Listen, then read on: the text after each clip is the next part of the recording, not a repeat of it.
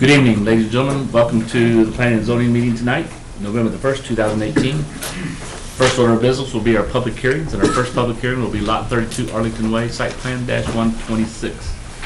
Turn the floor over to Mr. Graville. Thank you, sir, for being here. Thank you, members of the Planning Commission. We do have quite a few public hearings, 6 tonight. So, Okay. The first public hearing we have tonight is Lot 32 Arlington Way. That's the Site Plan 126. This is essentially, and Brandon from Lewis Beatty's here to answer questions during the meeting, and he may have something to say during the public hearing as well. This is a request for a site plan for a duplex in a, Brandon can talk about the location, or a triplex, that's what it is, correct. A triplex. And I would ask for purposes of public hearing, municipal code be made a part of the record by reference, a comprehensive plan be made a part of the record by reference, and also a complete copy of the planning and zoning packet, including the publication notice that was put in the Warren County record for purposes of this public hearing tonight. Thank you, Mr. Graville.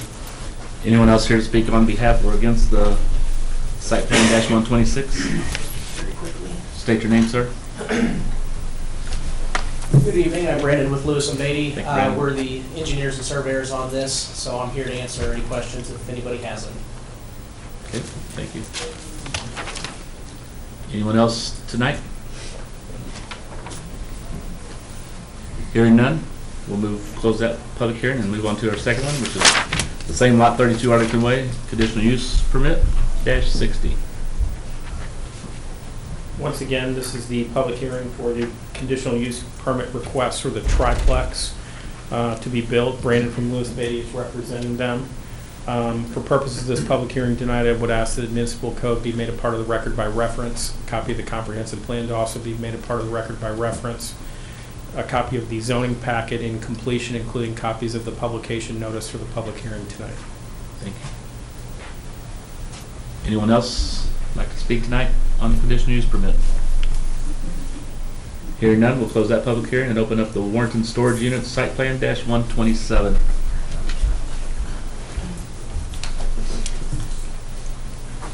This is the site plan request, public hearing for the Warrenton Storage Units, which is the location of the old American Legion Hall.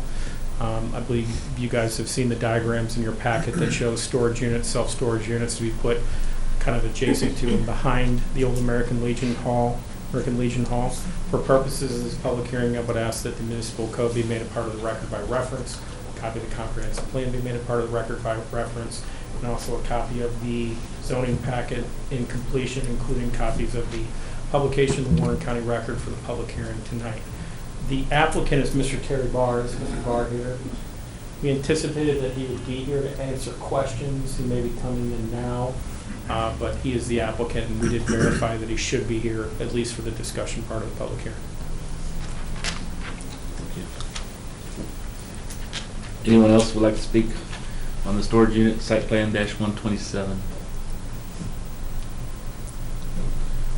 Hearing none, we'll move on to the Warrenton Storage Units Conditional Use Permit -61. Hi, once again, Chris Graville on behalf of the City of Warrenton. This is the Warrenton Storage Unit Public Hearing, Conditional Use Permit 61. As I stated in the earlier public hearing, this is the self-storage facility to be placed behind the American Legion Hall, as you guys have in your packet. For purposes of public hearing, I would ask that the municipal code be made part of it by reference, a comprehensive plan to be made part of it by reference, and also a copy of the zoning packet which includes a copy of the publication for tonight's public hearing. Are either of you Mr. Terry Barr? Yes. Okay. Mr. Barr is here now. This is your public hearing. I don't know if you want to speak at all or just introduce yourself for the public hearing purposes for your self-storage. Sure. Just state your You'll name, have sir. time to answer questions and talk about it during the meeting. Right. Just go ahead and state your name for the record, sir. Terry Barr. Okay. And, 1209 North Service Road East, looking to put a new self-storage facility there, both climate controlled and non-climate controlled. Okay. Thank you. Yeah. Anyone else want to speak on the Warrenton Storage Units? Hearing none, we'll close that public hearing and open up our final two, Orange Blossom Estates, zone change -58. This is a request for zone change as set forth in your packet of information. Ed Schmaltz is the owner or the property owner under contract, and Cameron Lupton is also here, the engineer, to answer questions about the zone change. For purposes of public hearing, I would ask that the municipal code be made a part of the record by reference, a copy of the comprehensive plan to be made a part of the record by reference, also a copy of the zoning packet, including a copy of the publication notice that was posted, put in the Warren County record pursuant to state statute for the hearing tonight. Would anyone like to speak on behalf or against the Orange Blossom Estates zone change?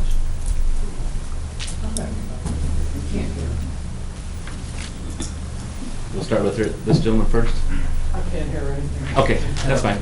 Yes, Joe Riley. I'm here for Leander Lee, one of the owners of 120 acres across the street from the proposed development. And one of our concerns is the fact of the density.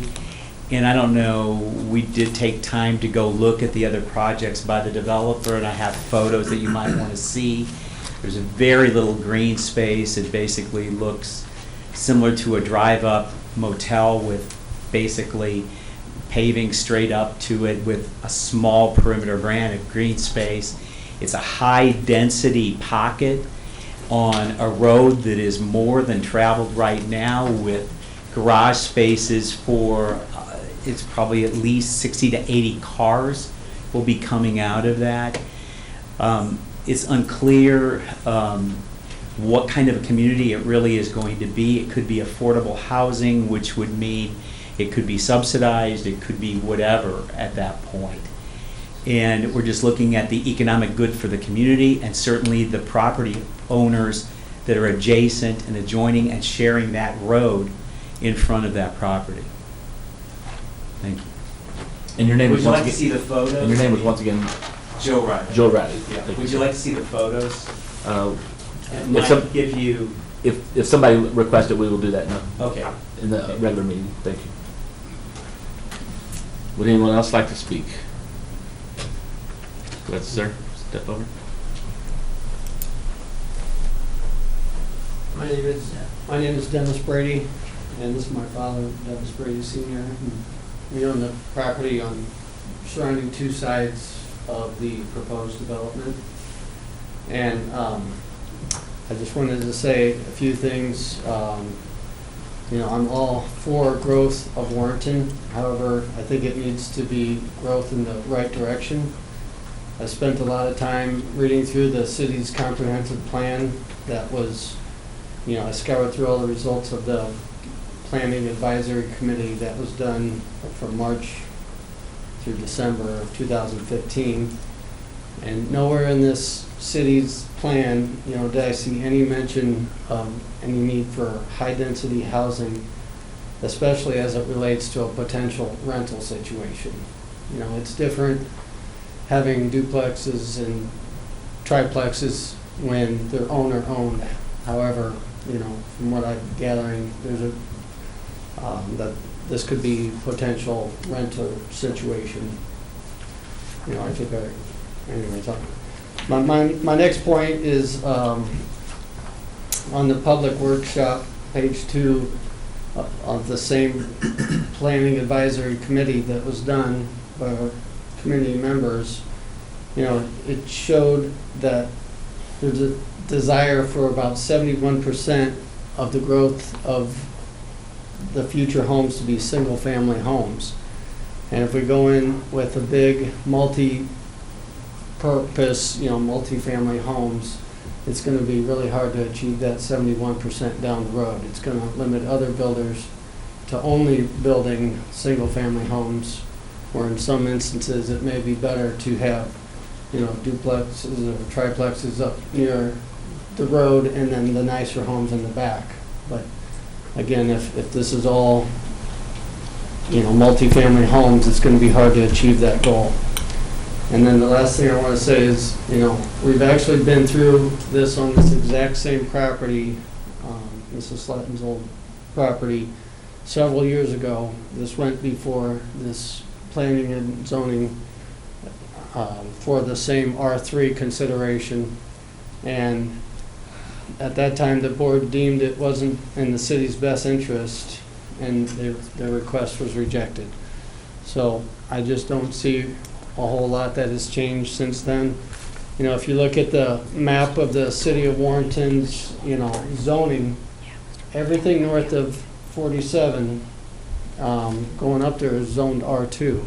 And this request is for zoning of an R3 situation, which really isn't in the city's best interest. The next spot where there's R3 up there is a little bit at Endora Estates, but Paddock Fields Mobile Home Park, which I believe Mr. Schmeltz is owner in. So, I just, Yeah, I haven't visited that, it's kind of dilapidated. so. Thank you, sir. And my father might want to say a few words since you own the property around there and your liabilities. Yeah, I worry about, rental kids and, coming across my property, wrecking my fields, riding bicycles, maybe even motorcycles out there. I have 2 lakes. They might be swimming in there and drown. I'm afraid I'm going to be liable. I don't know how things go, but, it seems like the landowner is always the one that's liable because we don't have a lifeguard up or some nonsense. So I'm concerned. I think it's going to devalue the price of my property. Not that I'm looking to develop anything right now, but in the future, my children will inherit it, and I think it's going to decrease their value by having this type of zoning here. So R2, I think we'd be more than happy to see that, but not R3. Thank you for your concern and comments. Appreciate you coming in. Right. Anyone else?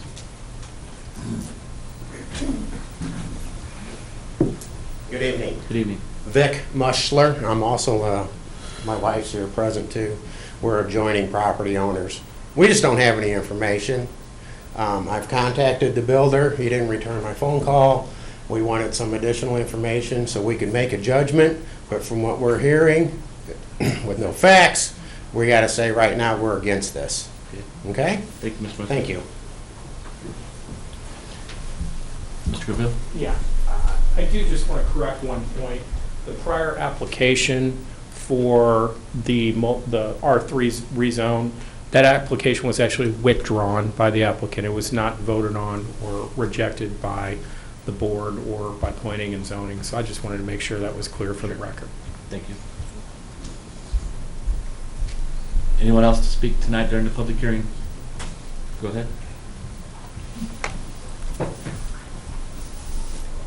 My name's Lisa Muschler. I am the wife to Vic, again, adjoining property.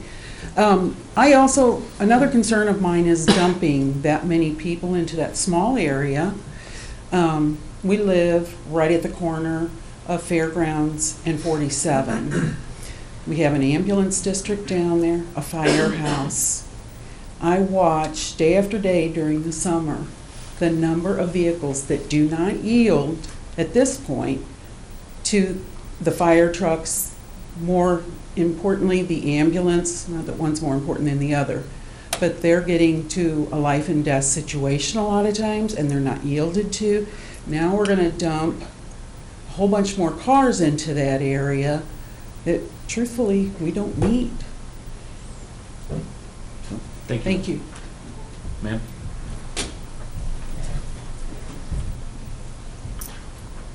Sorry, guys. You're fine. Good evening, my name is Melissa Lee. I'm the property owner at 2010 North Highway 47, which is directly across the street. Couple concerns. First of all, okay, I got a letter in the mail, and then the meeting was canceled, and then I called to get some information sent to me. But I guess I would be surprised. I'm kind of surprised, like the builder wouldn't come up here first and tell everybody what the intentions were for this piece of property.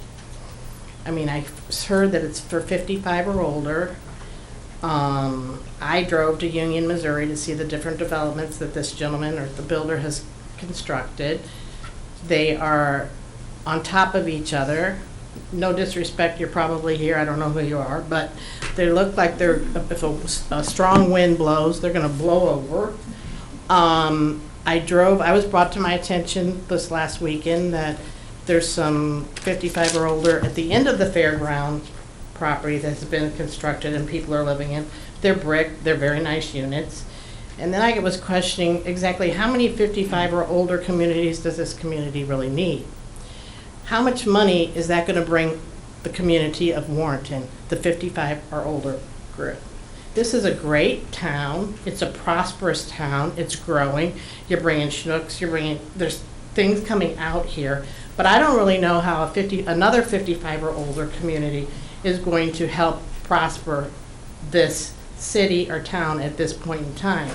It seems to me that it would need maybe single-family units with some families working, maybe some children to help develop the community more versus the older establishment. I called somebody here, I kind of Googled a couple of days ago, 55 or older communities, Warrenton. And I don't know what they are, to be honest with you, but the first thing that pops up, it says there's 6 55 or older communities in the city of Warrenton. Well, I'm just curious, I don't know who they are or what they are, but again, I don't know how many 55 or older communities we need. Is it something that it's a way for somebody to make some dollars on this property? I don't know. Is there tax incentive? I don't know what the situation is. It's a beautiful piece of land. It backs to the fairground.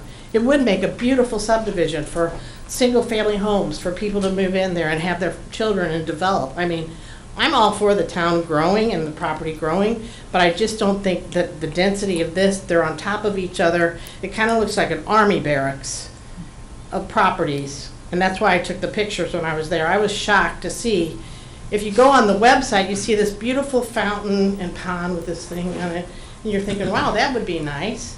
And then when you drive there, you see these rows on top of rows of maybe a building with a garage, and then a lot of them singled together here, and then another one. And what is that? I mean, I don't understand how the community would want that.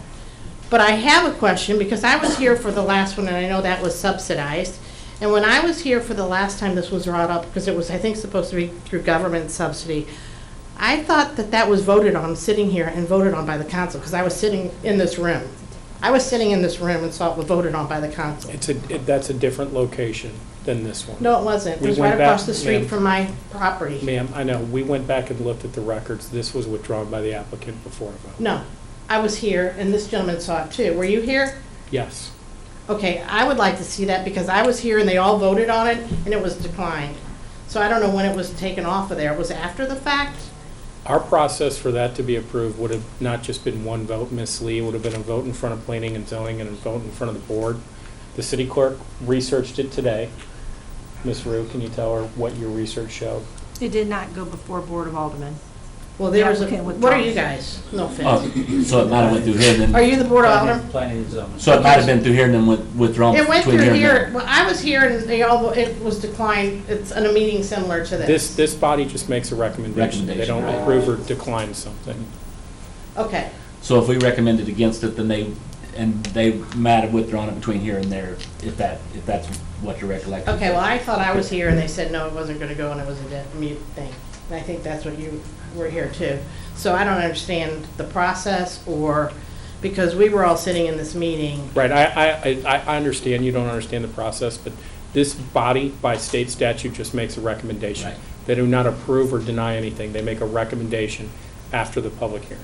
Well, I was here and somebody said it was denied.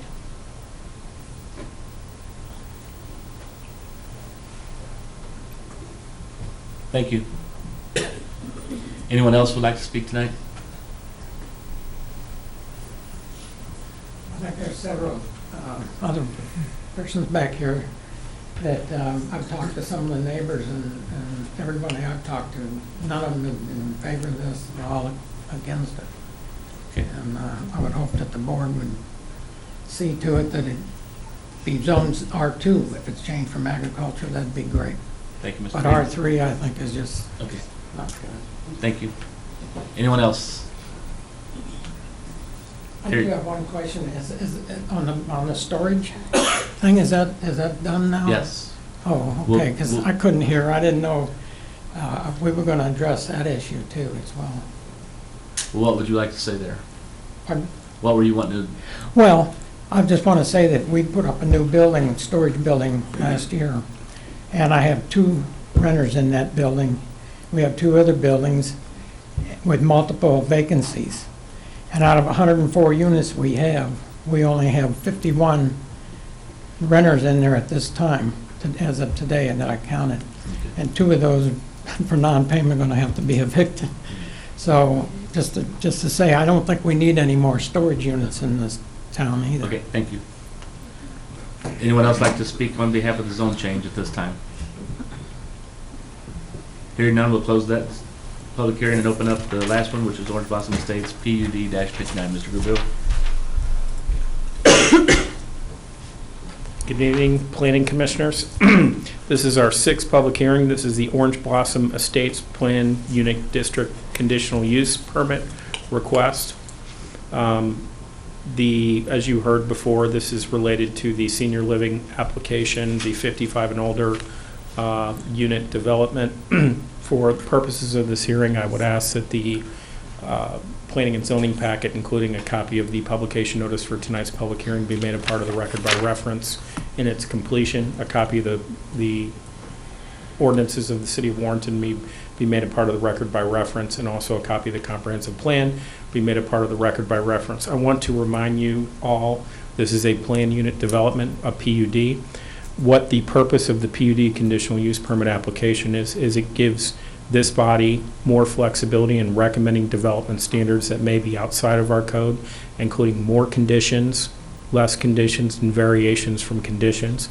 So as you review this project, if there are issues you bring up, please do not hesitate to ask questions if it's outside of our normal procedure, because that's the whole point of the PUD, it's a common ownership entity. These will not be individually sold off. They'll be rented to seniors 55 and older according to the application.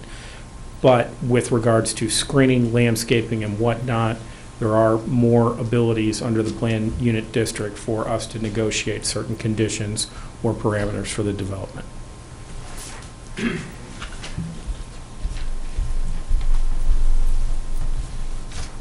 anyone like to speak on behalf or against the planned unit development? Hearing none, we'll close our public hearing for this evening. Thanks for everyone for their comments tonight. Appreciate that. We'll open up the regular planning and zoning meeting for tonight. First order of business will be our minutes from the October 4th, 2018 P&Z meeting. I'd make a motion to approve the minutes from the October meeting as submitted. I'll second it. Motion by Mr. Costello, second by Mr. Cooper to approve the minutes as submitted. Any other questions or comments? Roll call vote. Mr. Durbin? I was gone in the last meeting. Okay, stay. Ms. Blondin? Yes. Mr. Cooper? Yes. Mr. Costello? Yes. Mr. Deach? Yes. Mr. Cullum? Abstain, I was absent. Mr. Barton? Yes. Motion passes 5-0 with 2 abstentions and 3 absent tonight. Next order of business will be the boundary adjustment for lots 221 and 222 at the Meadows of Walnut Hollow Plat 3 subdivision -67. So And just quickly, I'll leave the dice on this issue and on the Arlington Way issue. I have some business with the applicants on those.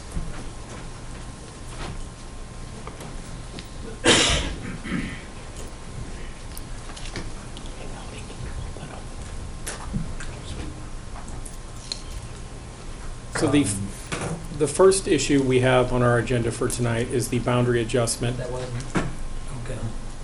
I didn't, I lost it. There we go. Sorry. So this is a boundary adjustment. Brandon from Lewis and Beatty is here and can answer any questions about it. Our code allows a boundary adjustment between 2 common lots, not requiring it to go through a subdivision requirement. My understanding, and Brandon can answer these questions more specifically as to the purpose of it, but there is not this boundary adjustment will not result in one or the other lot becoming substandard. In staff's discussion about this project, the major concern was, will it create a substandard lot? Essentially, if it doesn't create a substandard lot, it really is, you guys typically approve it 100% of the time for the boundary adjustment.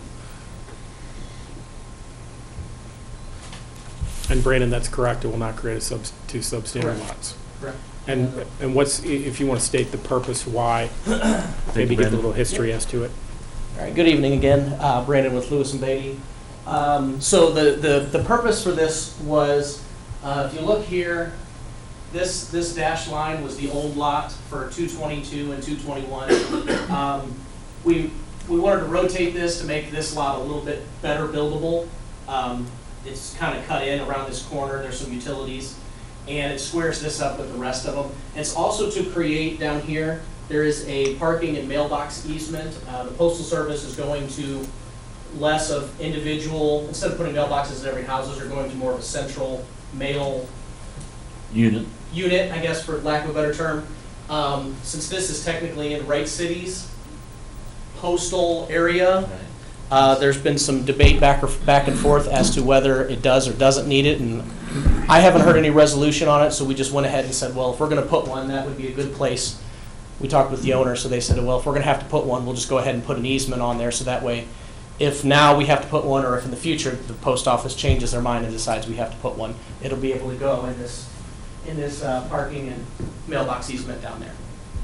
And so the boundary change does not affect codes or for, No, they meet all the city specs. Correct, yes, it's kind of hard, it's at 8434, Yeah. I think. 8,400 square feet is your minimum, and that's 8434, I believe, and it's 75 feet wide, I think, so. And that is a new requirement, at least in Warrenton, for new subdivisions, will be the cluster-style mailboxes. It's been an issue we've been working with, try to work with the post office about seeing what can be done about it. And we will eventually have some code amendments to deal with the cluster-style mailboxes. And just so it's clear, this is just the boundary adjustment. You're not approving the cluster style or the Right. location or anything like that. We really have not They're figured just that planning out. ahead of that. Yeah. Sure. And then if anybody has any other questions, I'll Thank you, Brandon. do my best.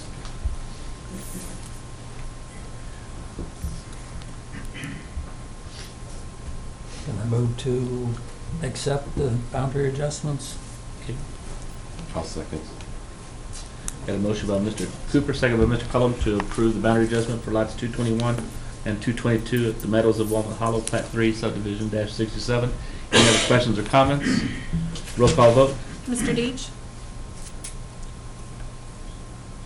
Did you call my name? Yes, I did. Yes. Mr. Cullum? I was so engrossed in this. Mr. Barton? Yes. Mr. Durbin? Yes. Ms. Blondin? Yes. Mr. Cooper? Yes. And Mr. Festalobs? Okay, yes, motion passes 6-0, 1 abstention and 3 absent. And all this will come in front of the board when? November the 20th? November the 20th. Thank you. Mr. Deitch was just excited for that guy that's going to have less grass to cut now. Yes. At that point. I know, me too, brother. You probably thought I was sleeping. No. All right, next order of business will be Lot 32 Arlington Way, Site Plan -126. So I'm going to kind of talk about these collectively because I Sure. think, you know, for purposes of this discussion, it probably makes the most sense. And I'm going to give Melody a chance to pull it up. Can you pull that one up for me? Sorry.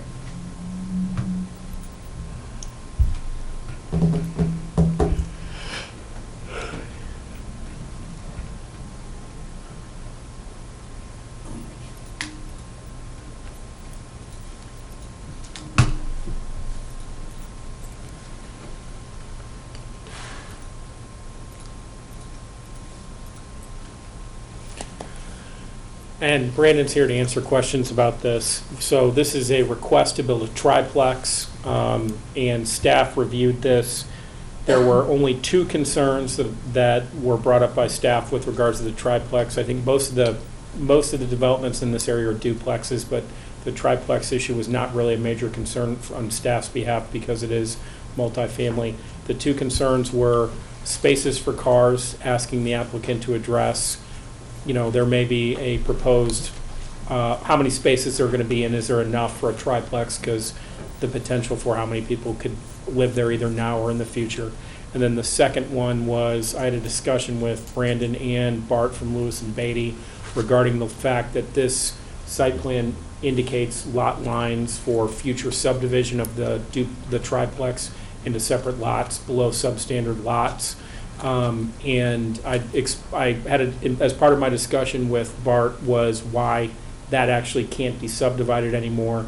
And we talked about an additional option to put in there, maybe a condominium plat or something like that. So the second issue was making sure the site plan removes the lot lines for purposes of approval. And those are the only two issues staff discussed that we were recommending that Planning Commission ask the applicant to address.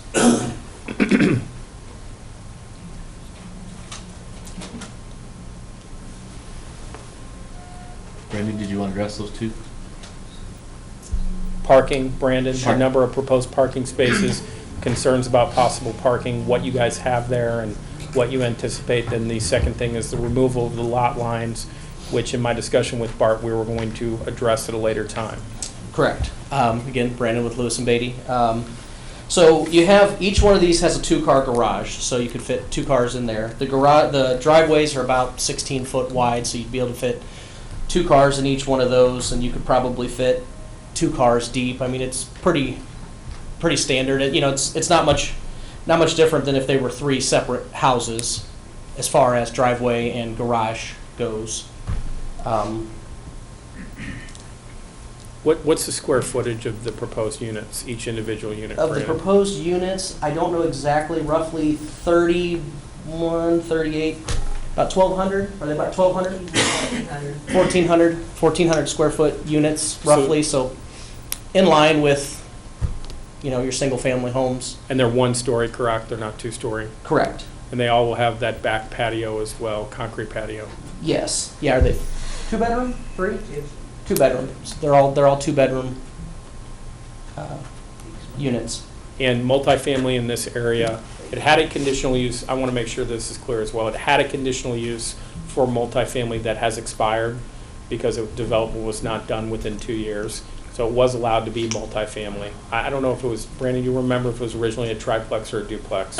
I'm not sure. I don't know that it indicated on the plat. It had a conditional use permit for a duplex. Right, and we did a conditional use permit about 1.5 years ago. Right. For a duplex on the same lot, which I believe was extended a couple times, but I'm not sure if it has lapsed. It has lapsed. It has lapsed, okay. I wasn't sure on that. I knew there'd been a couple extensions, so. And it meets all setback requirements Yeah. for purposes of approval.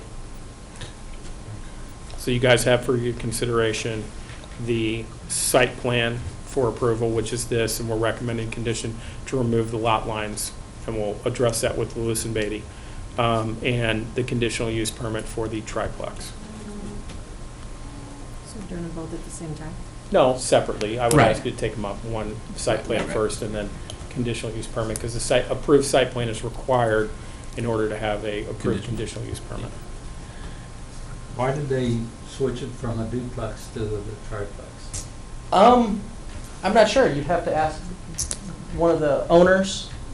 What was your reason for triplex? We had a lady that wanted to build Can in that you step, area. you guys Could step you forward. come on up here so we can. Thank you, sis. And just as a reminder for everybody, when you step to the mic, please just give your name and address so we have it for the record. Good evening. My name is Barb Owenby. We originally started as a duplex. We had another lady that was interested in moving into that area. She approached us to see if we would be interested in putting in a triplex, which there are 2 triplexes in that association of things. So we went with that, and that's where we're at now. And what is your address right now, ma'am? I live out on Palmyra Road. Okay, thank you.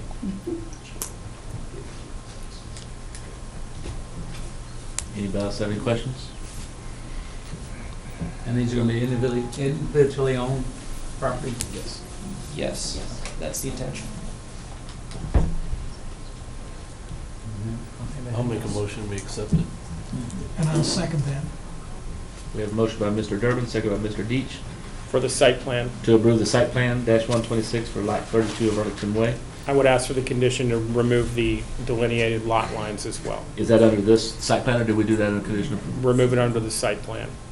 because that's the actual site plan right So with the there. parking was sufficient, it sounded like, through these, since they're going to be 2 bedrooms, and then, but we want the lot lines to be removed. Everyone agree with that? Is that in your motion there? No. Yes. Second, thank you. Any other questions or comments? Roll call vote? Mrs. Blondin? Yes. Mr. Cooper? Yes. Mr. Epstein abstained. Mr. Deach? Yes. Mr. Cullum? Yes. Mr. Barton? Yes. Mr. Durbin? Yes. Motion passes 6-0 with 1 abstention and 3 absent tonight. Next order of business will be lot 32, Arlington Way, conditional use permit -60. Same thing. The main concern about conditions was parking. Right. If you guys are satisfied with that, there's really no additional conditions that staff came up with that thought was necessary, because it does meet all the setbacks. The only concern was the subdivision of it, which, when I talked to Mr. Corman, we discussed addressing that at a later time and maybe working on a condominium plat for it. And it sounds like the parking, the 2-car garage with 2 bedrooms, Make a and the motion. driveways are pretty sufficient over there. From what every time I drive through there, I've never had an issue. It's like driving through O'Fallon or something. I'll make a motion, we accept it. I'll second it.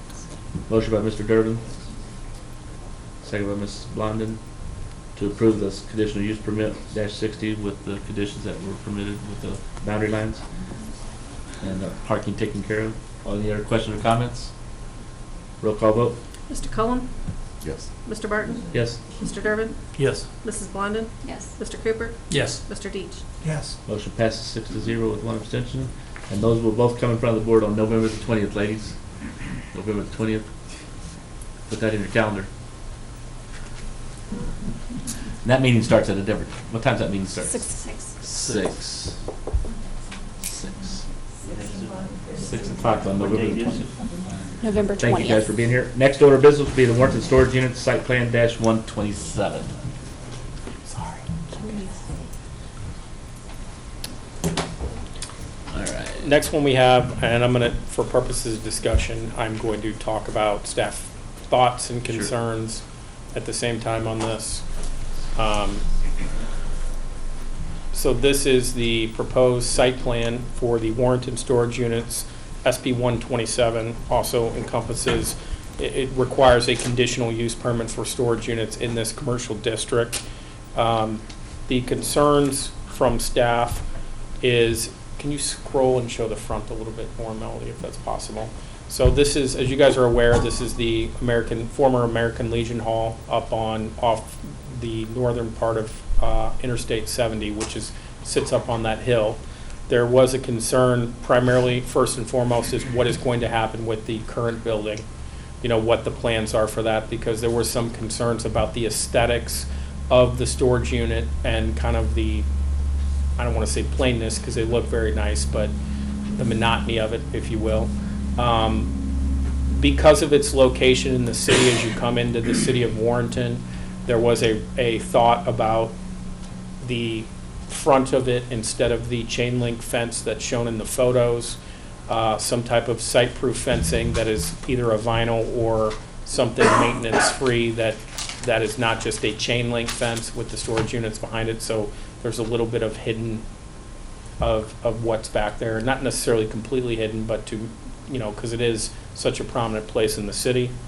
There was some concerns as well with, because of its location, additional landscaping, which they do meet the landscaping requirements, but this is a conditional use permit, and you can require additional landscaping as part of the conditional use permit. It's represented to be fenced in around the entire property. So to the west and possibly to the south where the residential area backs up, and it's pretty heavily wooded to the east, but some additional landscaping on the exterior of the fence to possibly just break up the monotony of the project. Like I said, there was questions for the applicant as far as what the proposed future use of the American Legion Hall was, and we would ask you to address that. And some type of at least better visual, such as a white vinyl fence in the front from the interstate. We are recommending a condition of asphalt and/or concrete as represented in the letter for the drive lanes and not gravel. And it was represented in the packet that they only do gravel, or they only do asphalt or concretes, but we want to make sure that's a condition of the conditional use permit. And then, most importantly, the biggest concern for staff is no outside storage, no boats or RV storage outside. So, like I said, if the applicant wants to address staff concerns with regards to the American Legion Hall or any of the other concerns. Okay. And that's the one, that's Mr. Barr, right? Yeah. That's your, I mean, okay. And yes. this is your representative? Yes. Thank you. Good evening. My name is Rick Rolfing. I'm with engineer with BFA. We're out of Washington, Missouri, located at 103 Elm Street. Thank you. Here tonight on the site plan, we'll talk about that first. I believe we do meet all of the city code requirements with regards to the site plan. Landscaping was mentioned. We do meet that code. We'll get into that in a little bit. Stormwater detention, we meet all those requirements as well. One thing I wanted to ask, we did walk in a couple minutes late. Were there any other public comments? Okay, good. Just the one that you heard at the end. Perfect. Just a few things on the project. With the proposed conditional use of the storage units in C3 zoning, storage units generally have a lot less traffic than other uses that would otherwise be permitted by right on this piece of property. For example, I believe a shopping center or strip mall would be approvable here. Here, a gas station, fast food restaurant with a drive-through, to name a few. So we think we're coming in with a pretty low density requested use here to put out. As far as some of the staff comments and things to address, the use of the current building that is there today, it would be climate controlled interior storage units. We don't have a layout per se of the inside of that building, but that is the intent of how that building would be utilized. So it'd be storage unit that you walk in. Of course, they'd be a lot smaller in size, but it'd be climate controlled. As far as the chain link fence, depending on where we would put that on the property, because we do sit up on the hill, I don't know that chain link versus vinyl is gonna do a whole lot of good, but if it pleased, if you guys wanted to make that part of your conditions, we would certainly entertain or look at the prospects of a vinyl fence. We would, I don't know that we would want a vinyl fence though. At this point, this would be sliding access fence, correct? The gate. Oh, we're coming up here, okay. Right. All right, so then that's further up. That would probably have to be chain link just so you can see in and out and traffic coming and going and not blocking the other person or vehicle. With regards to the landscaping, if you could scroll down on the screen a little bit. Is staff's comment primarily in these areas? Yeah, just something on the exterior, and that may change if you guys are, depending on the fencing, but staff in reviewing it, there was some concern that it was kind of just monotonous without any breaking up of the landscaping. The landscaping was all concentrated in the front, which is obviously to make the property look better, but what the neighbors, the residential neighbors behind and what to the east side, because correct me if I'm wrong, but it's pretty heavily wooded to the east right now, right? It is. But the west side is pretty open, and what that aesthetically looks like coming on the outer road was part of the concern as well. And not significant landscaping, but staff's recommendation was, is there a way to break that up with some additional landscaping, either inside or outside of the fence, to break up the monotony of the buildings, because they all look the same. Do you have pictures of can you pull up the photos they provided us of the samples? And that's what it was based on, were the photos provided.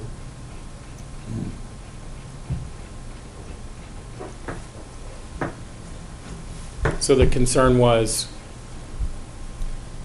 because of its location in the city, for example, that, you know, if you, depending on how you fenced it, if you did the white vinyl, having something to break up some additional landscaping, because that's, we kind of saw that one really as kind of how it would look. Maybe not all those buildings from, as you look down that hill, some additional landscaping too on that side. And that was kind of the one we looked at to say if they, even if they kept the chain link for the drive, we go back to that one with the gate, vinyl white to each side to maybe give it a little bit of a cleaner look from the highway and the outer road. Okay, a couple things to point out. Most of the views that we were looking at were taken from the perspective of standing above the units, if you will, and looking down into the site. So on this particular site, you're actually going to be looking up at those units. And then from the residential properties to the north, you won't be seeing, you know, all the doors. If you could scroll to like one or two pictures just before. That was fine. So you wouldn't be seeing this view. You'd be seeing the back of the unit. Of course, it's going to be a solid. Yeah, that was the concern. Right, was it would just be a seeing solid. So the solid all the way down with nothing to break it up and really no architectural right. detail to it whatsoever, just the solid units without breaking it up. And the thought was to soften some of that with some landscaping as opposed to asking for conditions of some type of architectural detail was the thought that would probably be a more reasonable request. Okay. Yeah, with the orientation of the building, you would not be seeing the headlights. It was done more of a way to keep the residential neighborhood, and our neighborhood more quiet and screen that. There wouldn't be a lot of people activity or customer activity up along the residential, but I think we could put in, you know, a few trees if that were desired. There will be some existing vegetation right on that north property line that will be remaining, so we could possibly call out a certain number of trees and position them after it's up, maybe from the perspective, or we could just put out a tree every 25 feet or 50 feet or whatever we can agree with the staff. Yeah, we really just wanted to make the point of that being a concern is the location in the city. Everybody knows where the American Legion Hall is and how aesthetically that looks. Because their projects, based on the pictures and reviews provided, are very nice projects. They're not gravel. They're concrete or asphalt. It was just, because of its location, some additional aesthetics to it. Rick, can I say one thing on that real quick? Step on up, sir, to the microphone. Can you scroll up to that site one?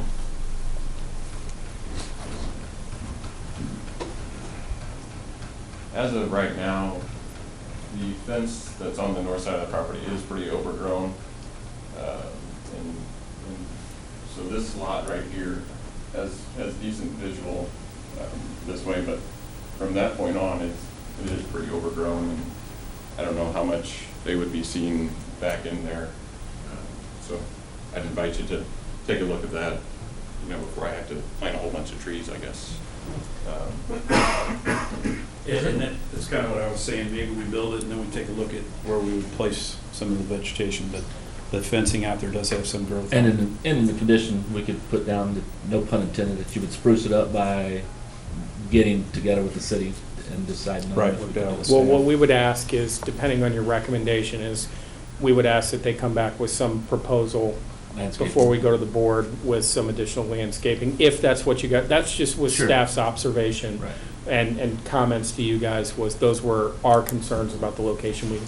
I drove out to the property today and looked at it to kind of verify some of the questions and thoughts. Melody, can you move that image up slightly so that we can see down to the service road there? Let me get to the next one. There we go. What, is that all grass between the parking lot and the service road to the left of your driveway there? That is correct. The site will have a little bit of excess earthwork left on it. Okay. So this area will be stockpile full of whatever excess soils we have, but it will be a grass area. So you'll be keeping that mowed and weed-free and so that it looks reasonably nice? I would venture to say so. I've done several projects for this developers. Units and properties are very well maintained and kept nice looking. Okay. And to the right, it looks to me like the storage units come part of the way down the hill. Yeah. Right, so the grades coming along here at 1%. Every 100 feet, the units will actually fall 1 foot, the finished floor, if you will, of them. So we are at about an 841 at the very top, and at the bottom, we're at about 838, 837. So they do stagger. It's going to be very gradual, So, though. 1% grade is not. and I would hope that there would be some fencing, landscaping, whatever, to kind of mask that a little bit from the service road and the highway. In other words, I'm interested in the frontage of your property being reasonably clean and nice as far as the city is concerned. Sometimes people build along the service road and what is initially laid out as grass or shrubbery, there's nobody to take care of it, and pretty soon it's nothing but a weed patch. So I guess I'm asking you to take care of this so that it is something that looks reasonably nice. We definitely will. We pride ourselves on that, and like the pictures show, that's what we do every time, so. A couple of the other staff comments, which one was mentioned, it will not be a rock unit, it will be concrete asphalt paved. And we understand there's no outside storage. I'm not even sure that's any potential, even conditional use item for C3.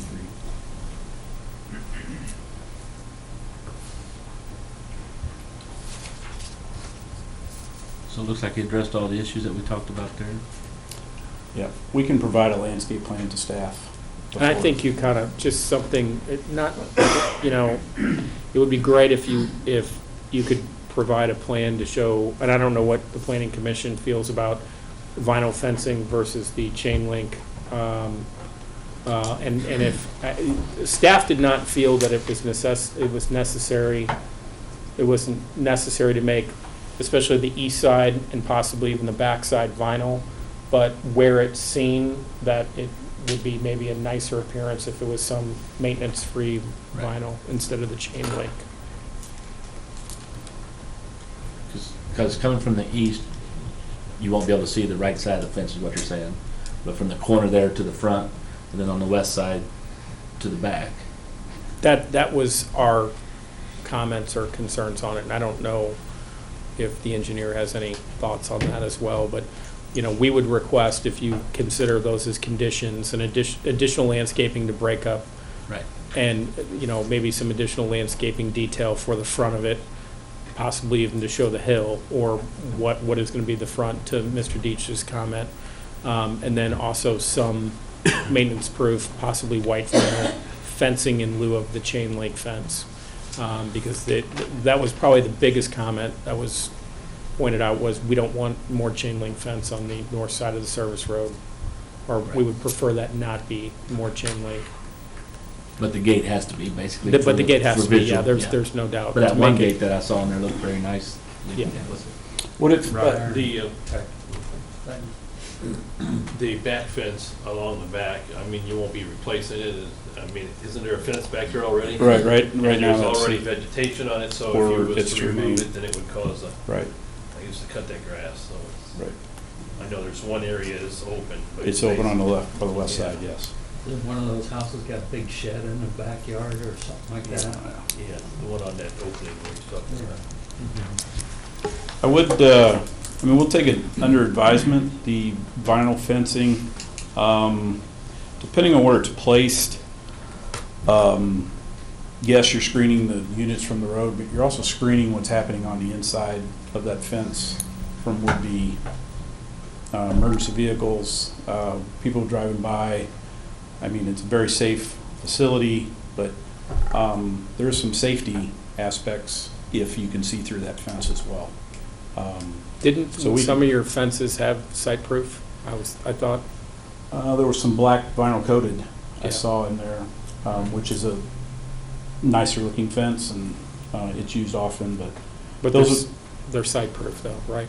no. Well, the photos I saw there, I didn't see There any was site- one in there I thought that I had didn't the see any black site site proof. I don't think Could you scroll? There was a black vinyl coated. I mean, it's a nice looking That's fence. what I saw, the It's a black nice coated little one. fence, yeah. Yeah, it's a nice looking fence. I don't want to screen everything from it. I mean, I get what you're saying about screening the unit from the road, but there's also a safety. If someone is having an issue, there's a black vinyl. I thought there was one that had blackout on it. Maybe it was one we saw from Google Earth of one of your projects. It had some blackout on it.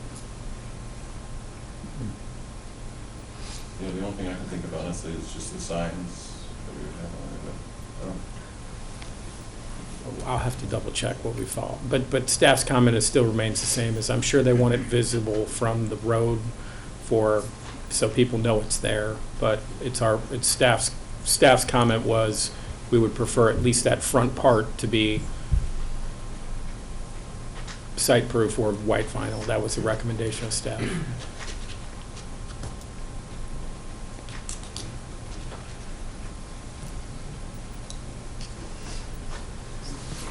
And you're just talking about the front part though? Yeah, I mean, really where you can see it, so it's not a chain link fence around a building that looks very industrial, it's not broken up for that specific location in the city is so visible and so well traveled, that it has a more design to it. So- That was the comment. So can you go back to the site plan just so we're clear? What staff's thoughts are?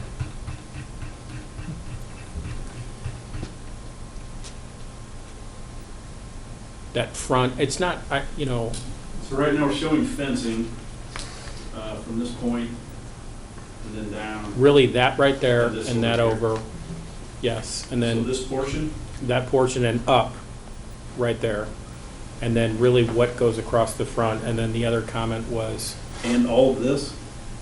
except for the gate, yeah, that was the preference, was if there could be a nicer appearing fence that maybe blocks some of the monotony of it. But that's just what was observed when we discussed it at a staff level. Again, to me, I think we're introducing a potential safety issue if all of this is blocked off from view other than this corridor. That's my perspective. Is your concern that it's safety in the sense that it conceals activity that shouldn't be going on? It gives them the opportunity to do something behind that fence that probably wouldn't otherwise take place if you had the black vinyl coating. That's my concern. Is there typically that type of activity that occurs at these facilities? No, but we typically don't have a Are site they fence. video monitored? They are video monitored. Is that monitored outside, by an outside company, or they're just under video? Under video, typically. So what's the safety concern? Atypical, but let's think about where we're at. If this is all concealed all the way around here, a female comes into her unit here and someone follows her in. I mean, no one's gonna see it. You guys, It'll be on the video. you guys don't have security measures in place so people can't just come in? Is that really, does that happen? Has there been an incident like that? In the site-proof fencing? I'm not was saying it prevented? does happen, I'm saying it could happen. I mean, in today's world, it could happen. And I would say that it is less likely to happen if it were visible, if you could see in.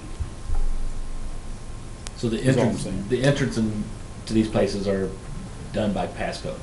Correct. And there's a log in and out. He can pull up a log of who's come and gone and so on and so forth. But yeah, I'm just saying it gives them an opportunity to hide behind a fence. I think the black vinyl coated is a very nice looking fence. If we were to do a vinyl fence, I could see possibly doing one here. However, your view corridor looking straight north, other than when you're traveling down the road, you know, you're looking straight north, you're not going to be able really to tell if this is a vinyl or a chain link or black vinyl coated. Possibly this one, but, and again, if someone fell or was carrying a heavy piece of equipment, maybe they had a heart attack, whatever. I mean, I'm drawing out of the box here. I'm just saying it would be more likely to see them. Well, you know, I think we all understand your point, and we also understand that any kind of a solid fencing that screens view is likely more expensive than chain link. So I know that that's a consideration as well. But you know, we live in this town. You don't. Our developer doesn't. And all of us pass by that location. And so you're correct. Looking straight to the north, you're not going to see as much. But any of us that drive east on that service road, you do, because of the way that the building sits far back, the existing building sits far back, and the way that you've got it designed to bring those units well out to the south of that building. If we have chain link, you know, we're going to see the entry doors, and we'll see people loading things in and out of those units on the south side. So I don't think it's fair to suggest that it's unreasonable. We care about the beauty or lack thereof in our community. Yeah, and I apologize if that's the impression I was giving. I don't think there's going to be much of a cost difference between black vinyl coated and a vinyl fence, site-proof fence. My concern, as the engineer who'll be signing the plans, is safety. The other thing, and I don't know that it's something that we can really take into consideration on this, but one of the things that I see on our commercial corridor along 70 is so much of the development that does come before us is not really revenue producing. This isn't a revenue producer for the city of Warrenton. It'll be a little bit of a revenue producer for property tax, but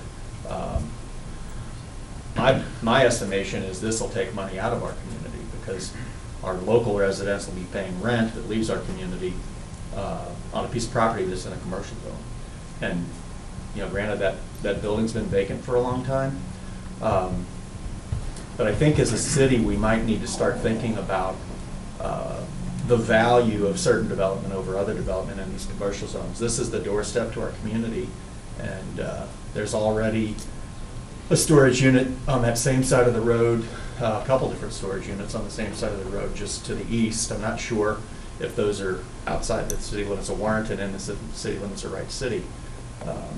But as somebody who's lived here the better part of my life and expects to continue to do so, I'd like to see some higher value development that has the opportunity to bring real revenue into the community. Is there any sales tax or anything that is on the storage at all, or is it strictly just flat, you know, storage? For sales items, like, you know, when we're selling boxes or locks and things like that, There's sales that tax. is correct in saying that the main is property taxes, but, you know, it's a fairly large property, so that does, as far as the square footage, so that does help make up for some of the difference, I would say. And, you know, I'm not, I pride myself on creating a nice facility and it looking good, and I want it to look good from 70. Can you go up to the mic and address it so it's on the TV? So, I want it to look good from 70. I don't want it to look bad. And in my opinion, storage units, they've gotten better and better. I mean, we're not doing the gravel parking lot and no fence and just throwing it up and forgetting it. We're we're gonna be on 70, so I'm gonna want it to look as good as possible every day for people to feel safe and feel good about storing their possessions there. So. Along the lines of what Scott was saying, do you see a demand for storage units in Warrenton? I've done quite a bit of research, and I've seen that I feel like there is a demand, yes. And I think there's a demand for nicer, cleaner, more secure self-storage as well. So, and that's what I'm trying to be.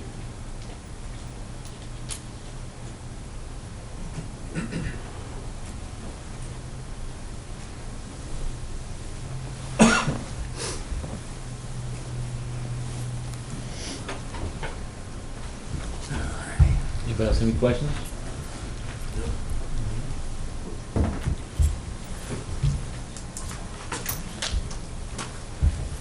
So motion to approving this site plan 127?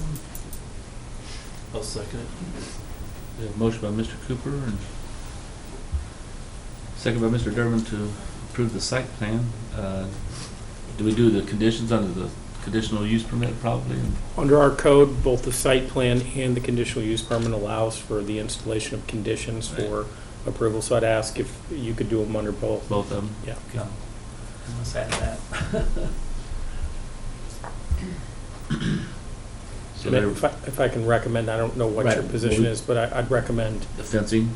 well, a revised plan to show site-proof fencing, if that's what you guys want, and the location where you guys want it.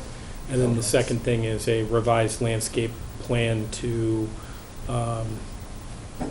include perimeter landscaping and detail with regards to the front yard, to Mr. Deitch's point. So there's a That's better before- view of the aesthetics of it. They said no outside storage already, and they said the asphalt concrete, Yep, those were the other two. and then they said that.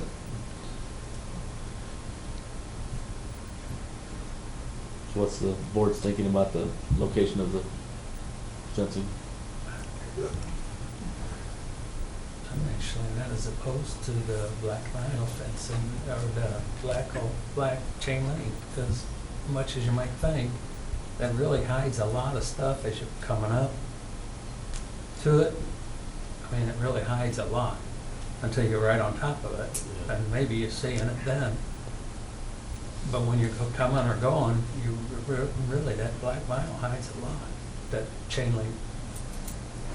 I'm seeing their So I'm point not as too. opposed to that as, I would see the black vinyl on the fence, and I can see where he's talking about, because when we put the vinyl up, sure, it would look nice and cover up everything, but there can be some activities behind the fence the police or anybody else wouldn't be able to see, or just a general resident wouldn't be able to see, in case they wanted to call something in. So I could see where putting a solid fence across the top might look good, but it could in the future cause, some kind of safety problem outside.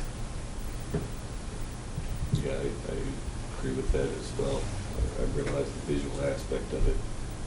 But if I'm storing my stuff because I'm getting ready to move from one place to another and I've got it in storage, You and drive I'm by going there, and I have local police who do patrol, and so they may be able to visualize something with someone, being accosted or being followed up in there that may not be visualized if that is all included with the no view fence. And the likelihood of it happening, maybe never. Right. But I'm just thinking for the visualization aspect. And I would submit that as you look up the hill, you're not gonna see much from the service road anyway, regardless of what kind of fencing you have, or no fencing at all. But I do appreciate the discussion of the landscaping piece. I don't think that would detract, but to your point, 5 years down the road, will it be overrun? I don't know. All right, so what I'm understanding is that we have a motion and a second, but we understand that the use of the existing building is going to be climate controlled on the inside. And it sounds like the board is requesting a nicer of the black chain link fence that we saw in the picture. I think most of the ones that we've seen there in the picture had that. Correct, yeah. But, Vinyl coating. the vinyl coating type of black link fence there. And That's again, definitely the plan on that. We've kind of gone to that on all the facilities, so. and then provide a landscaping thing before you go to the board, to the city staff, so they can review that, whether you want to put extra landscaping in there to make it look more conducive to the neighborhood there, especially on the south side, and on the west side. And we'll have the chief look at the vinyl fence and see if that's a concern for safety, if it Okay. blocks their view, to maybe answer that question definitively for the board when they consider it. Sure. Because we're just making recommendations to the board anyway. They could always change those conditions. One main thing is no outside storage. That's a must. Because you start seeing those types of things at some of the places where people just start storing stuff on the outside, and that's when it really starts looking like Right. a storage unit No, outside. I was under the impression that was not allowed at all. Right. As far as this. So Okay. I'm under. Asphalt, concrete. So we got the fencing, the landscaping, asphalt, concrete, no outside storage, and climate control building inside those things. And they'll provide that to the city staff before they go before the board, which will be on November the 20th. So you okay with those additions to your? Yeah. Yes. So we have Mr. Cooper and Mr. Durbin. Anybody else have any questions?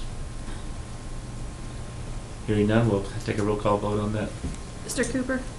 Yes. Mr. Costello? No, and to clarify, I think that the submission meets the city codes, the minimum standards of the city codes. I just don't think it's good for the city. And so I feel like it's time for us as an organization, as a recommending body, to take those things into account. Mr. Deitch? Yes. Mr. Cullen? Yes. Mr. Barton? Yes. Mr. Durbin? Yes. Mrs. Blondin? Yes.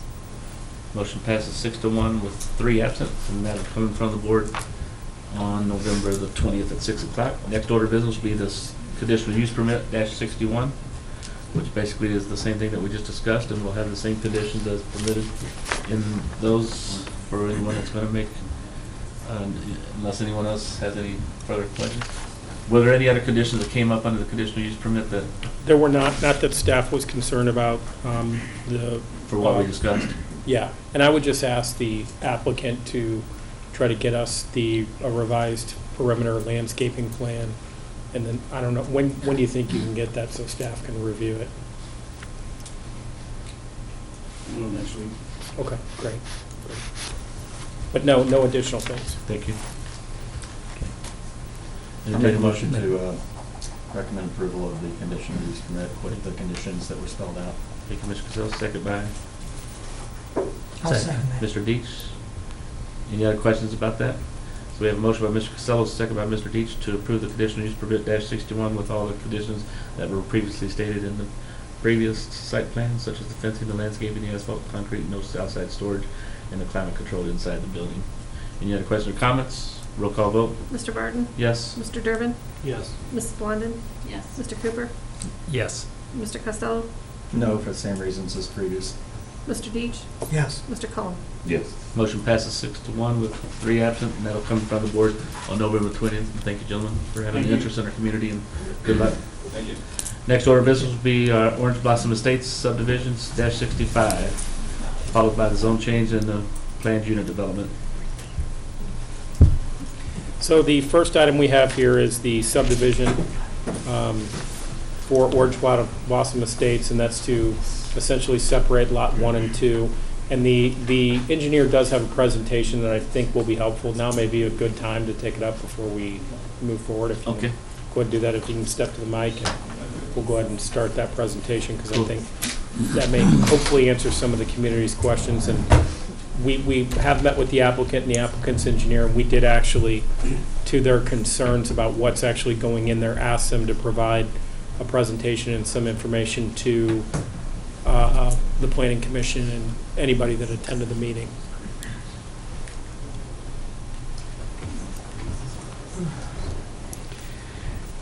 Good evening, my name's Cameron Lucan with Wunderlich Surveying Engineering. And tonight with me is Ed Schmeltz, the developer. And thank you all for hearing us tonight. So let's go ahead and get started. I'm a little bit, the screen's a little bit here, so I apologize if I get, you're kind of crossways here. I'll try to speak into the mic here so you can hear me. As Chris outlined, basically the purpose tonight is a 2-lot subdivision. We're going to create one lot that's 2 acres, another that's going to remain C3. Lot 2 is about 29.25 acres. It's going to be rezoned from R3, or it's going to be rezoned to R3 from Ag and C3. And it's also going to include a CUP for multifamily use. It's also going to be a planned unit development. So to give you an idea of where this is at, for those of you who are not familiar, Highway 70 is down here, here's 47, here's the fairgrounds, here's our project. This is the existing zoning. 47 is over here on the east side. It's currently zoned C3 on the west side, and the rest is zoned ag. Our proposed zoning is going to be, this portion is going to remain C3, and then this portion is going to be rezoned. This is Lot 2, as identified on the site plan. It's going to be rezoned to R3. When we looked at the future land use map, we looked at what the future land use map identified this as, and as depicted here on, it's zoned commercial over here, and on the west of that, it's proposed as single-family residential. So as I said, this is the residential, this is commercial. So this is it's a lot to look at, you might say. So we'll kind of go back and forth from this, but in summary, what it is, this is 47 on the east side. Can you guys see okay? Yeah, Am I in the way? Yeah, they have video screens up Okay, there. yeah, with we got you. it. I feel like I'm standing in someone's way. That's more for the community's sake. So Okay. you're fine. All right. So on the east side is 47 over here. As you'll see here in a little bit, there'll be a community center slash rental office here, and then you'll enter the community, and it'll be oriented in this fashion. There's a phase line running through here like this. As Chris identified, we met with the staff approximately a month ago. I'm not sure about the dates. And we talked with Public Works, we talked with the fire, we talked with code officials at that meeting. So we'll kind of get into those conversations we had about that. One of the things that Chris brought up was the density. So we are sensitive to the density of this development. When you look at the development, it looks like a lot. But let's talk about the density. As it relates to density, when we look at Orange Blossom Estates, it's comprised of about 29 acres, 170 dwellings. That breaks down to a density of about 5.81 dwellings per acre. So that's 5.81 dwellings per acre. You can remember that. One of the last projects that was done that we talked about with the city was this fairgrounds development. And we looked at the density of it. It's about 5 acres. There was about 40 dwellings there. That equates to about 5,500 square feet per dwelling, which is about 7.83 dwellings per acre, which is about 35% more dense than what we are doing. When you look at, so we ask ourselves, well, how does this compare to single family? So when you look at the single family use, currently you're allowed 8,400 square foot for a lot. R3, that's 2722. Orange Blossom Estates is 7494. The fairgrounds, the fairgrounds I mentioned before, is 5565. So when you look at the R2 at 8,400, that's 5 dwelling units per acre, compared to what's actually allowed in R3 is 16 units per acre. We are proposing 5.81. The fairgrounds had 7.83. So that's about they were about 2 more dwellings per acre than what we're proposing. I will say at this point, let's go back to this. the fairgrounds, and Ed's here so he can identify this. There was some conversation earlier in the public hearing about what type of development this is. This is, like was mentioned on the application, a 55-year and older community. This is not an income qualified or tax credit or fixed rate financing development. This is a market rate development where Ed's going to be acquiring the capital from normal banks. So it's not anything that he's competed against. We have not participated in any MHDC, or Ed will not participate in any MHDC, HUD, whatever you want to call it. I've done those developments before, and I realize, that they allude to certificates of participation with community support. Ed's not asking for that. This is just a individual who's going to be borrowing the money from your local bank, just like you do for a house.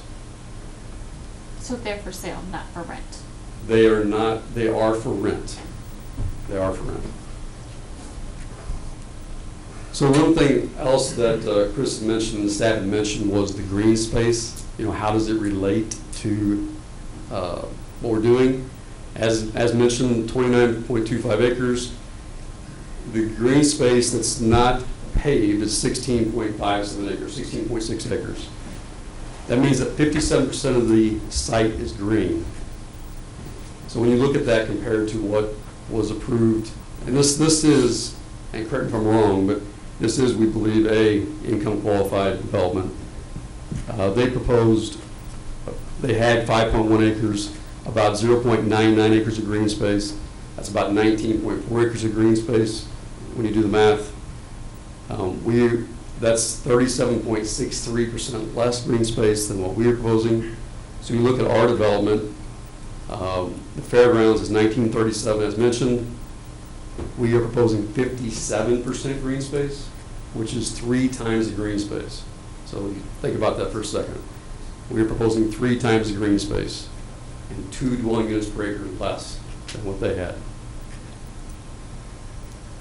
So I'm kind of going fast, and I apologize. If you guys have any questions, just like Stacy had a while ago, feel free to interrupt me and tell me to stop or go back. I'll be more willing to clarify. There were some conversations at the meeting about how the parking related on this development. So I made a graphic here to show us. So basically, we're proposing a 50-foot wide right-of-way. There's a typical truck park there. So we got a 15-foot setback from the right-of-way. That's a 26-foot back of curb street with a 4-foot sidewalk and a 23-foot driveway. When you look at this in the real, I guess an example of what it looks like, this is Ed's community over in Union. So this is a truck parked here. So in this development, there was only 20.5. We're proposing about 2.5 more feet, just to give a little more room. But in this case, this is a 4.5-foot sidewalk and a 4-inch roll curb. So you can see there's enough area to actually walk around the truck with your groceries or whatever. Like I said, that's a standard sized truck.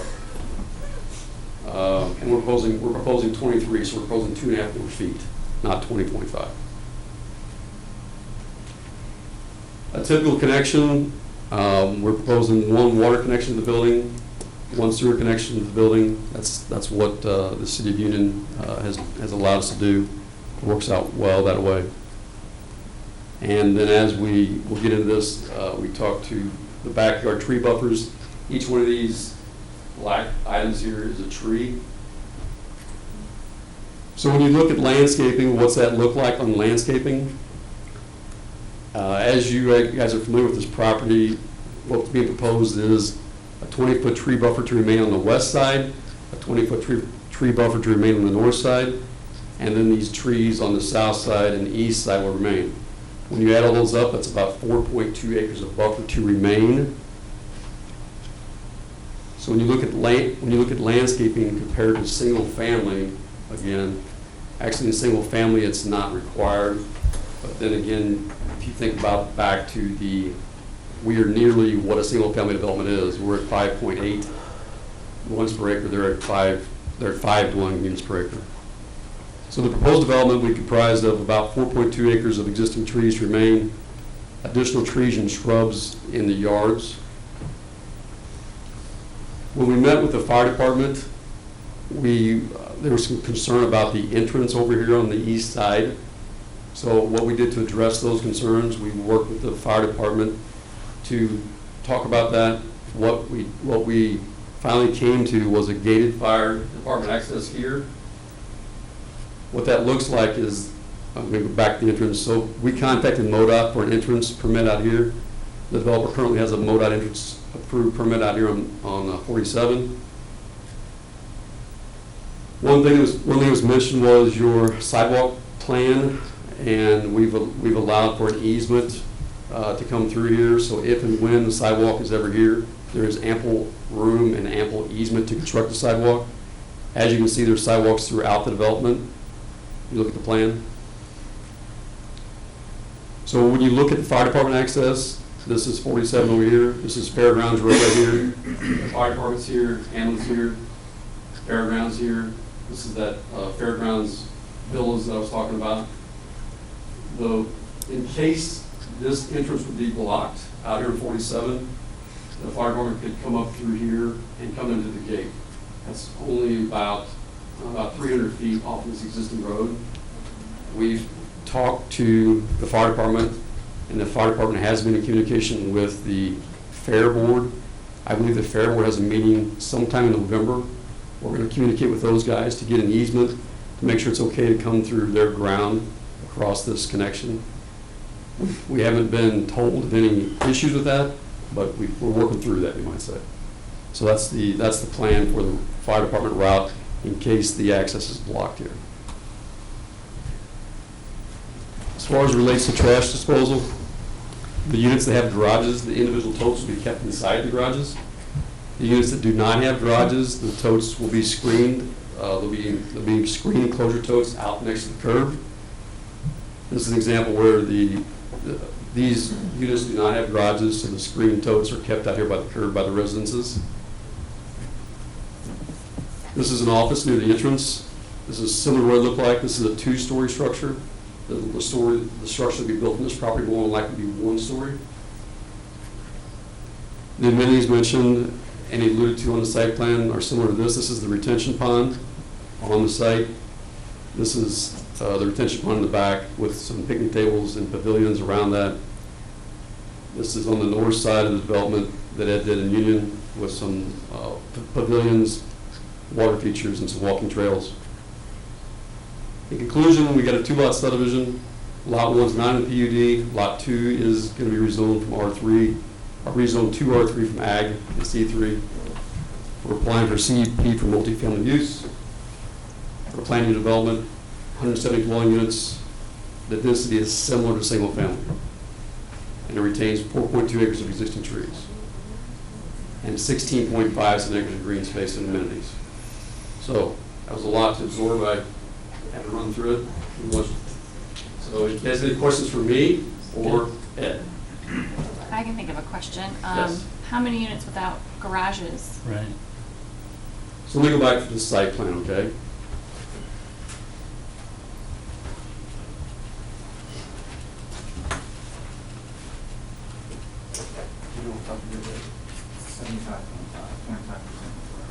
$75.5, 25% no garage, 75% garage. What kind of success do you have renting places that don't have garages? Because I know that's the first thing I would ask for. Well, Because hailstorms through here, I'm always looking for garage space, Mr. Deach. Ed Schmelz. Thank you, Mr. Schmelz. Yes, thank you guys for having us this evening. Basically, just to give you a quick background here, first one of these I ever did was in Union. Kind of went around. What I saw a lot of was need for senior housing. What I saw was a lot of subdivisions were for sale. You know, they had condos that looked similar to this, but they were selling them, or they were non-independent living. You know, they were assisted living facilities, or they were government assisted. You know, yet it was income restricted. If you made over a certain amount, you wouldn't qualify. So I thought, well, what about that? Just a normal, senior who didn't want to buy, didn't want to, just wanted to rent. And we started building some in Union. Our first phase that we did was probably the exact opposite of this. It was 75% no garages, 25% garages. I saw the success of something similar to Fairground Villas in Union called Oak Tree. None of them have garages. It's also an income restricted subdivision. I saw the success they had with no garages. And I thought, well, we won't do garages. Well, everybody started asking for garages. So we, on the second phase and third phase, we flipped everything around and made it 75–80% garages. But there still is those few people who want to be in this subdivision who just can't afford the extra cost of the garage. My concern would be about the trash bin. Was that one trash bin for how many units? Inside of that was 2 totes in there, and there was one on each end. Usually we do one pretty good sized tote per 2 units. And it depends on how many bedrooms are in each one also. Then they're in the enclosed vinyl enclosure. Do you put the totes in the enclosure? Yes, they're There's inside two there. for how many units? It's 1 tote. Usually we do 1 tote per 2 units. They don't. The seniors don't seem to generate a lot of trash.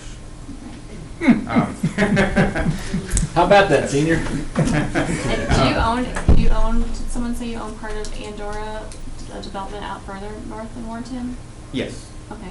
Is it Andorra, or is it the apartments there, or Paddock? Or No, it's Paddock. It's Paddock, okay. The proposed up in the front here, I know they're putting ground in for the sidewalk, but are they also putting, is there room in there for when we, eventually this highway's gonna go 5 lanes all the way out? Is this set up for that too, or is that? Well, I would assume we would have to be outside the right of way, the highway right of way with our entrance and our boulevard. Yeah, Dan, to answer your question, sorry. Yeah, Dan, to answer your question is, this is the edge of pavement up here. The sidewalk is back here. But Dan, if there's a master plan or if there's something that you guys are interested in having, the building's set back up here, as you can see the sidewalk and whatnot. So if there's an additional right-of-way, or something that you guys know about from MoDOT, then... Well, there's nothing that we know about with regards to any immediate plans that was discussed amongst staff. I will only point out about the sidewalks. The design and the engineering for the sidewalks are actually for the sidewalks to be on the other side, but we wanted to secure an easement for the possibility of the sidewalk on the west side when this project came in for being proposed, just so the easement was there and we didn't have to come back and acquire it later. But Commissioner Durbin, I'm not aware of any immediate plans for 5 lanes. We do have the plan for the sidewalks to go up north of 47 to really address the pedestrian safety issues that are occurring right now. And Wouldn't we, any way you look at it, it seems like to me the logical thing is whatever we develop, this project or any project, shouldn't we be planning on this thing going 4 lanes all the way out to the city limits? Well, it's a MoDOT highway. It'd be a Warrington highway. We definitely need to finish the route that we already have going through the middle of town. It needs to go both directions, but shouldn't any project we do be set up that, because... We can't acquire right-of-way for MoDOT on their behalf legally.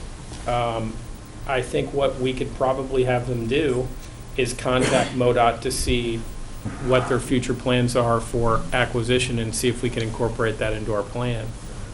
They have very specific requirements for acquisition of right-of-way, and I think that's something we can ask about. I think it's a great point to say, is there additional right-of-way that'll be needed? Because I'm sure they'd love to save the condemnation costs for that area, especially if there's a building there. So I'd ask you guys, Ed, to look into that. Dan, we could do that. We could contact MoDOT and ask them what they're, if they did go to 4 lanes there, what they would need. Because I don't see. it only seems logical that we would be in the near next 5-10 years that we are going to be doing that. So we should be. We should have already done it, but we haven't. But. Right. Yeah, I just want to point out something I kind of blew through that I just wanted to kind of bring about is, when we laid this out, we tried to make sure that everyone's sidewalk connects to these areas. So these areas with the dog parks, the retention basins, the lakes, the pavilions. I think the dog park's down here, is that right? Yeah. Yeah, dog park right here. So these amenities, basically they're in 3 locations primarily, here, and the big amenities here, down next to the fairgrounds. So that was one thing that staff did bring up, and we talked about and gave some thought to that. And there's sidewalks throughout the whole. Yeah, they're hard to see, but if you look at them. I mean, I know you talked about walking trails, but. Right, if you look at them, Rich, the sidewalk, comes here and goes all the way down along here and comes all the way around, goes here and goes, goes throughout, you might say. Right. So, yeah, there's a sidewalk that comes over here and To the connects entrance. all the way across. And it comes down, comes all the way around. So I don't know how many feet of sidewalk there is, but there's several thousand feet. I do also want to point out one, if I can have your laser pointer real quick. It is proposed to be, which one's the laser? No. Okay. It is proposed to be a 2-phase project per their proposal. Oh, okay. Staff's concern was, okay, you build it here, what are you intending to do? That's probably, that's not a turnaround, there's a safety concern. I want to point out, fire department, Mr. Owenby, Chief Owenby was at the meeting, he did approve these as turnarounds, and said these were fine with him, because that was one of our concerns during the staff meeting. We have talked to them about temporary turnarounds Cul-de-sac. here until the project is completed, and we are recommending a condition that if basically that upon the first building permit, they have 18 months to complete this road, so we have a loop here, so there's no concerns that there's dead-end streets in that situation. And my understanding is they are agreeable with it. And I also want to point out that when this project first came in, we originally wanted a right-of-way dedicated, anticipating that these would become city streets at some point, and they would be turned over because they are going to be required to be built to city spec.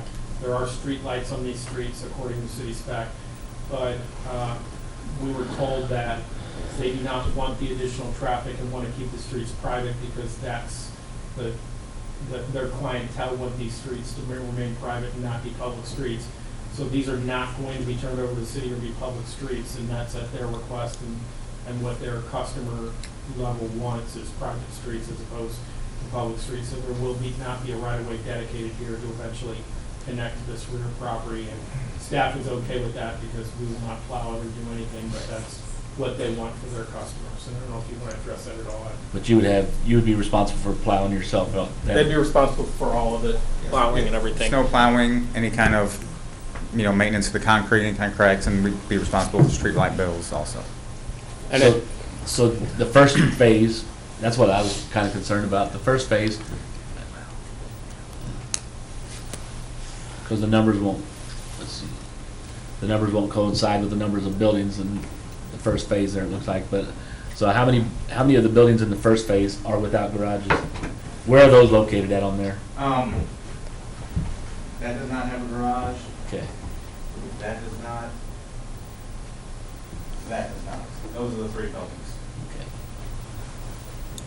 And we talked about with them the tree buffer and the easement, and they increased the tree buffer, so there was significant tree buffer on that border the other properties, or a larger, I think it was 10 foot originally, they added 10 feet to make it 20, and then they added, we asked, they originally had in that corner up there, that is cleared space, and they agreed to leave this vegetated and keep that preserved as a vegetated area, and even possibly future nature trails of some sort to connect off here, but that was not, that was just a suggestion that was brought up for a future amenity.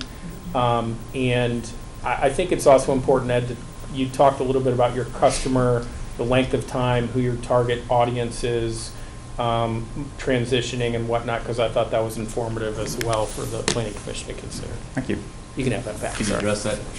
Your target audience, can you address that a little bit? Well, really, to be honest, it is 55 and up, and there is no certain subset that is heavier than the others. Right. We have them from 55 to 95. and everything in between. So we do have quite the variety.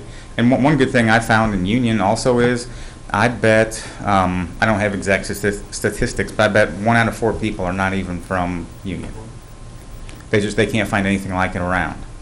So we're actually pulling people from other areas, which our city loves for sales tax dollars, new people coming in and spending money. To be honest, this is over a $15 million development. It's a lot of property taxes. This group of people does not have kids in school, so they're not utilizing that. What price range are these going to be in? We have 5 different layouts. Our most economical is the 1-bedroom, no garage, and that will start around $600. And we do pay the water, sewer, and trash just to make it, one step easier for the seniors. That way, one less bill for them to worry about. Each building has 1 water meter on it, and I pay that.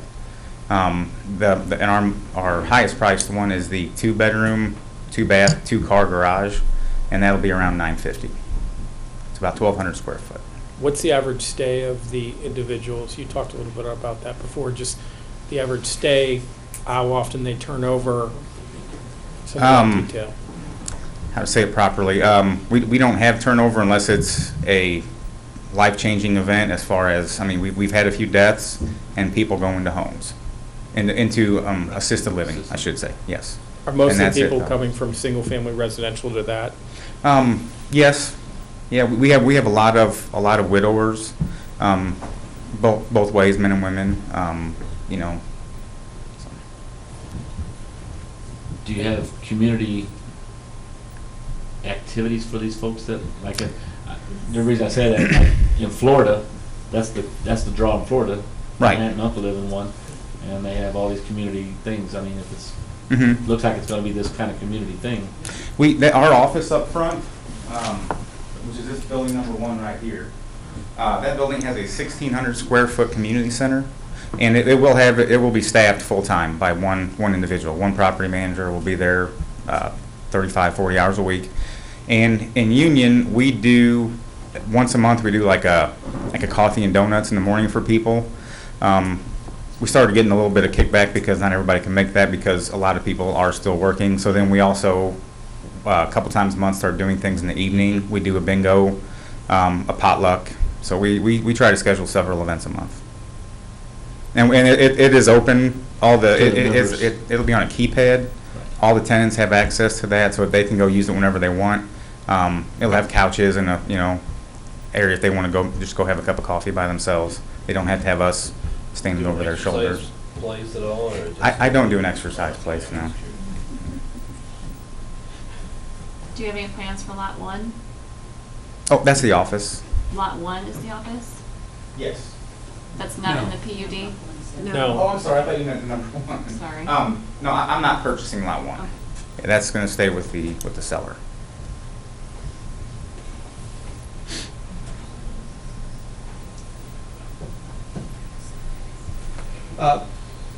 I don't know if when you scroll through the photos, I didn't see any elevations of any of the buildings in anything that you submitted, and I guess it's not totally required per city. I submitted elevations. We haven't seen any that I'm aware of. I haven't seen any. I saw the one photo that you scrolled by. Is it going to look like the one in Union? Yes, it will. So what are the exterior finish materials? Vinyl siding, and then we do a vinyl shake around all the garages. Every unit has at least a 6-foot wide front porch with a white vinyl handrail on it. So there's one photo of just a building frontage? They just passed it up. It had some vinyl handrail across the porch. So they're different than There it the ones is. you have in It's Union? kind of hard I to mean, see. that's in not the a shadow. real, Are they that's built different? not very revealing. No, like that's our no garage unit right there. Right. And it's got a 26-foot long front porch in the front of it with vinyl handrail. We did do in our first original phase, we did a couple of buildings with no front porch. They were not received as well as these, so everything now has a front porch on it.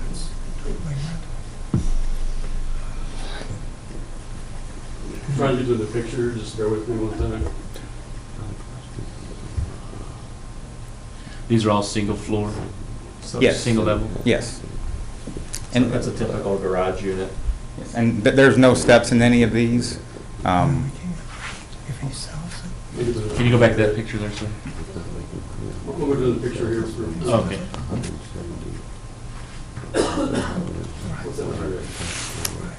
That's a 2-bedroom, 1-car garage, 1.5 bath. So how would the units that you're proposing to build differ? Are the roof lines the same? Are the pitches the same? Yes.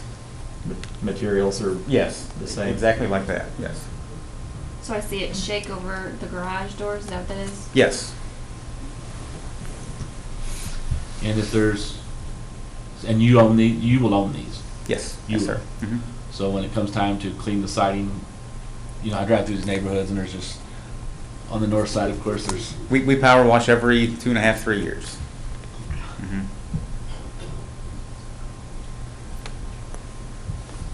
I am troubled by the density, by the fact that it is a large rental development. And I'm wondering, you know, if it's not quite as lucrative as you think it might be, and you sell. There's no guarantee that the next owner will maintain the property 55 and older. So those things trouble me, and I realize that I'm old, crotchety, and cantankerous, but I'm also suspicious. So, you know, I'm just telling you, I am troubled by that. I understand your concern 100%, and that was actually brought up at a meeting as well, and we'd be willing to write that into our covenants, our subdivision covenants. You could also make it, I'll have to research the limitation. Yeah, but- I don't think we can bind a future. Well, we can, for the PUD, you guys can add whatever conditions you want. You can negotiate additional aesthetics or architecture. You can, there's a lot more flexibility than just conditions. So if you wanted some more variation in some of the shake or the whatnot, you can do that. I think we probably can write into the plan district that it's for, you know, senior living. What do you guys typically do about visitors or overnights? Do you ever have any issues with younger? Obviously, seniors, a lot of them have grandkids. We do allow grandkids to come over. If they're going to be there longer than a couple of days, we do ask that they give us something in writing so that we know. 'Cause, you know, we do have the lake, and we do have occasionally people come try to go fishing in there. So it is nice to know who's in your subdivision at all times. But yes, we do allow people to bring in their grandkids.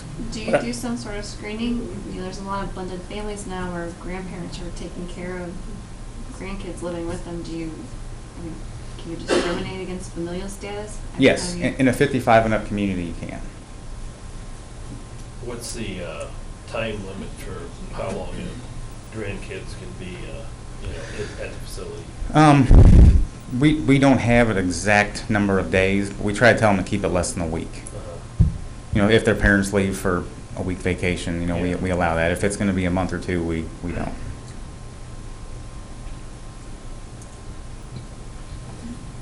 So I share a little bit of Mr. Deitch's perspective on the development. And I recognize the density issue. I find that as we get to larger and larger and larger tracts,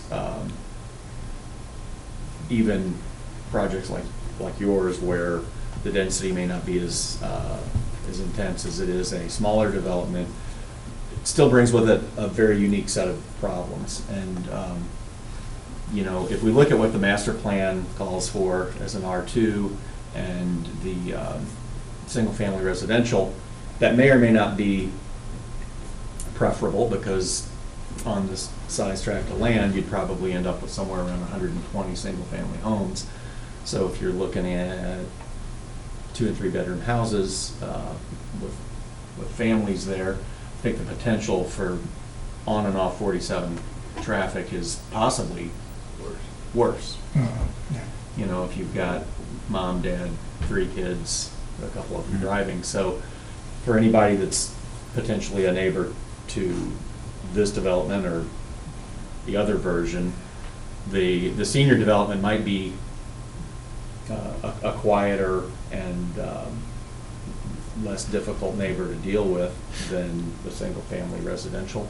But I do still feel, as Mr. Deach says, that density is still an issue, and I'm not sure how to reconcile that. It's not really a question, it's just. Yeah, just to say. The other thing I'd point out, I mean, we've talked about everything from, really, we're still stuck on the subdivision, which to me is a layup. There's nothing about a subdivision that's controversial. You've got one piece of land to divide into two, then we've got a rezone request, and we've really spent all of our time talking about the conditional use, or the planned unit development portion. So I think just for the sake of trying to at least move some things along, I would make a motion to recommend approval of the subdivision request. So we have a motion to approve the subdivision -65 of the Orange Blossom Estates by Mr. Costello, I'll second it. second by Ms. Blondin. Any other questions about the subdivision at this time? Roll call vote? Mr. Durbin? Yes. Mrs. Blondin? Yes. Mr. Cooper? Yes. Mr. Costello? Yes. Mr. Deach? No. Mr. Cullum? Yes. Mr. Barton? Yes. Motion passes 6-1 with 3 absents. Next order will be the zone change -58 for the Orange Blossom Estates. And master plan recommended R2 on this? Okay. Well, our future land use plan doesn't have a direct equivalent. Just It's a single-family residential. Okay. Right. And some of the concerns that I heard tonight, which we take very serious at this board, were that addressed by what you just said, that I think it would be better for this zone than what R2 would cause for the concerns. I mean, Well, my perspective would be that a senior community is probably going to have less vehicles coming and going, and I'd say when they are coming and going is when the sun is up, as opposed to later at night. Not always the case, because I'm sure Mr. Deach sometimes has important things after dark, but. Cheeseburger. And my biggest concern about anything with this high density is the upkeep of the property. We know that you say you're going to keep it up, but that's the important part of this kind of thing. When I drive through other communities and I see nicely taken care of properties, it doesn't matter what they are, I'm impressed. But when they're not very well taken care of, I'm not impressed, and then the neighbors are the ones that are up there too, and I'm not their neighbor, they are. So So on that same note, you take care of all the landscaping and maintenance of the yards too? Yes, yes, we mow all the grass, plow all the snow, shovel sidewalks.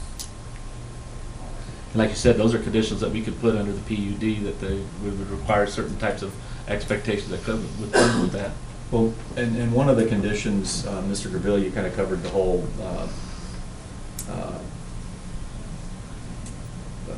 granting an easement question for future connectivity.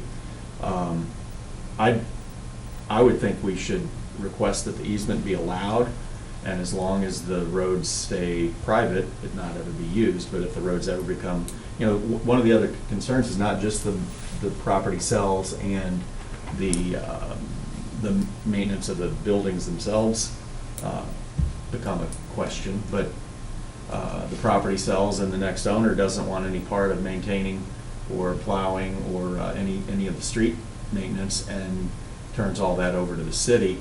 I think the city should, as a bare minimum, insist that there be an easement in advance for that possibility.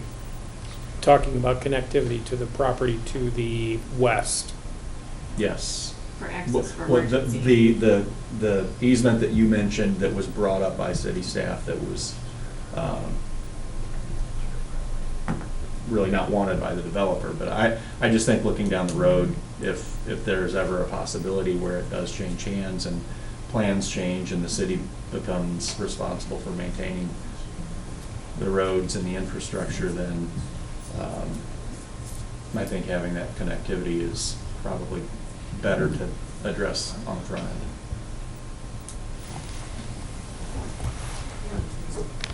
Just to clarify, so right now they would be private roads. So the agreement would be, there's an easement there that can only be used if the roads ever became public. That would be my suggestion, yes. Okay.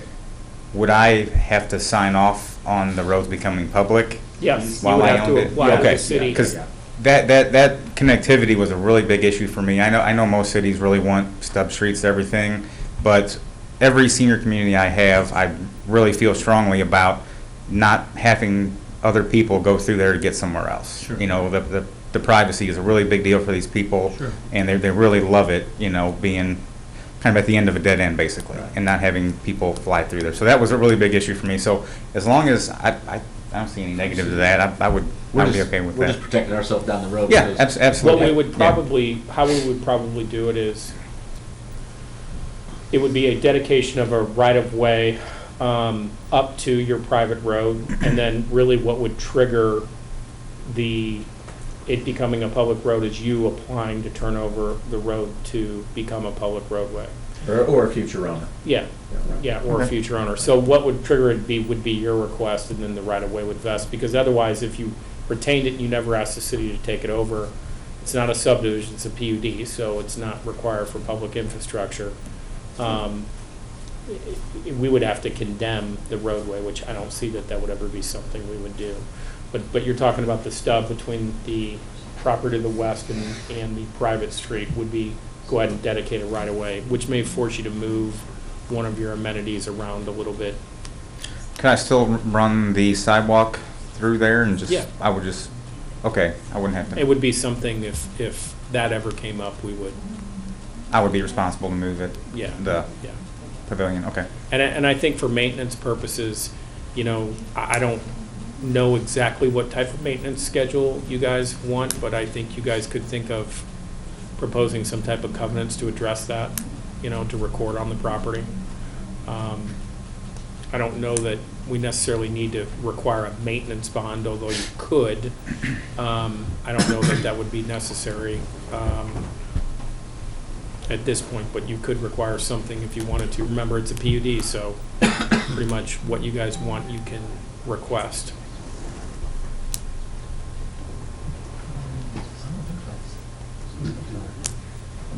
Yeah, just right there. I think you could, yeah. Well, we can just move that to zero. Right. Here. Right. And that way, if that ever did go through, Right. the gazebo would be okay. We Right, just have to Scott? figure out some sidewalk. What's that? What we're talking about is. Yeah, right there, right, yeah. And, you know, obviously, the main issue with any easement is you wouldn't put anything high value, any kind of high value structure there, because if the easement was ever activated, then obviously that structure would be a casualty. But you know, I have no question that your intentions are what you say they are, but any number of circumstances could change to where the property changes hands or changes management. And, so we try to have a little foresight to anticipate those things.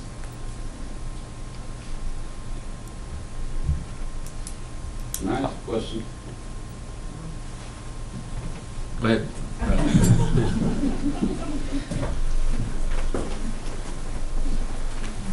Makes an exception for you. My name's Paul Omby. I live north of Warrenton, but I am currently the president of the Warren County Fair Board.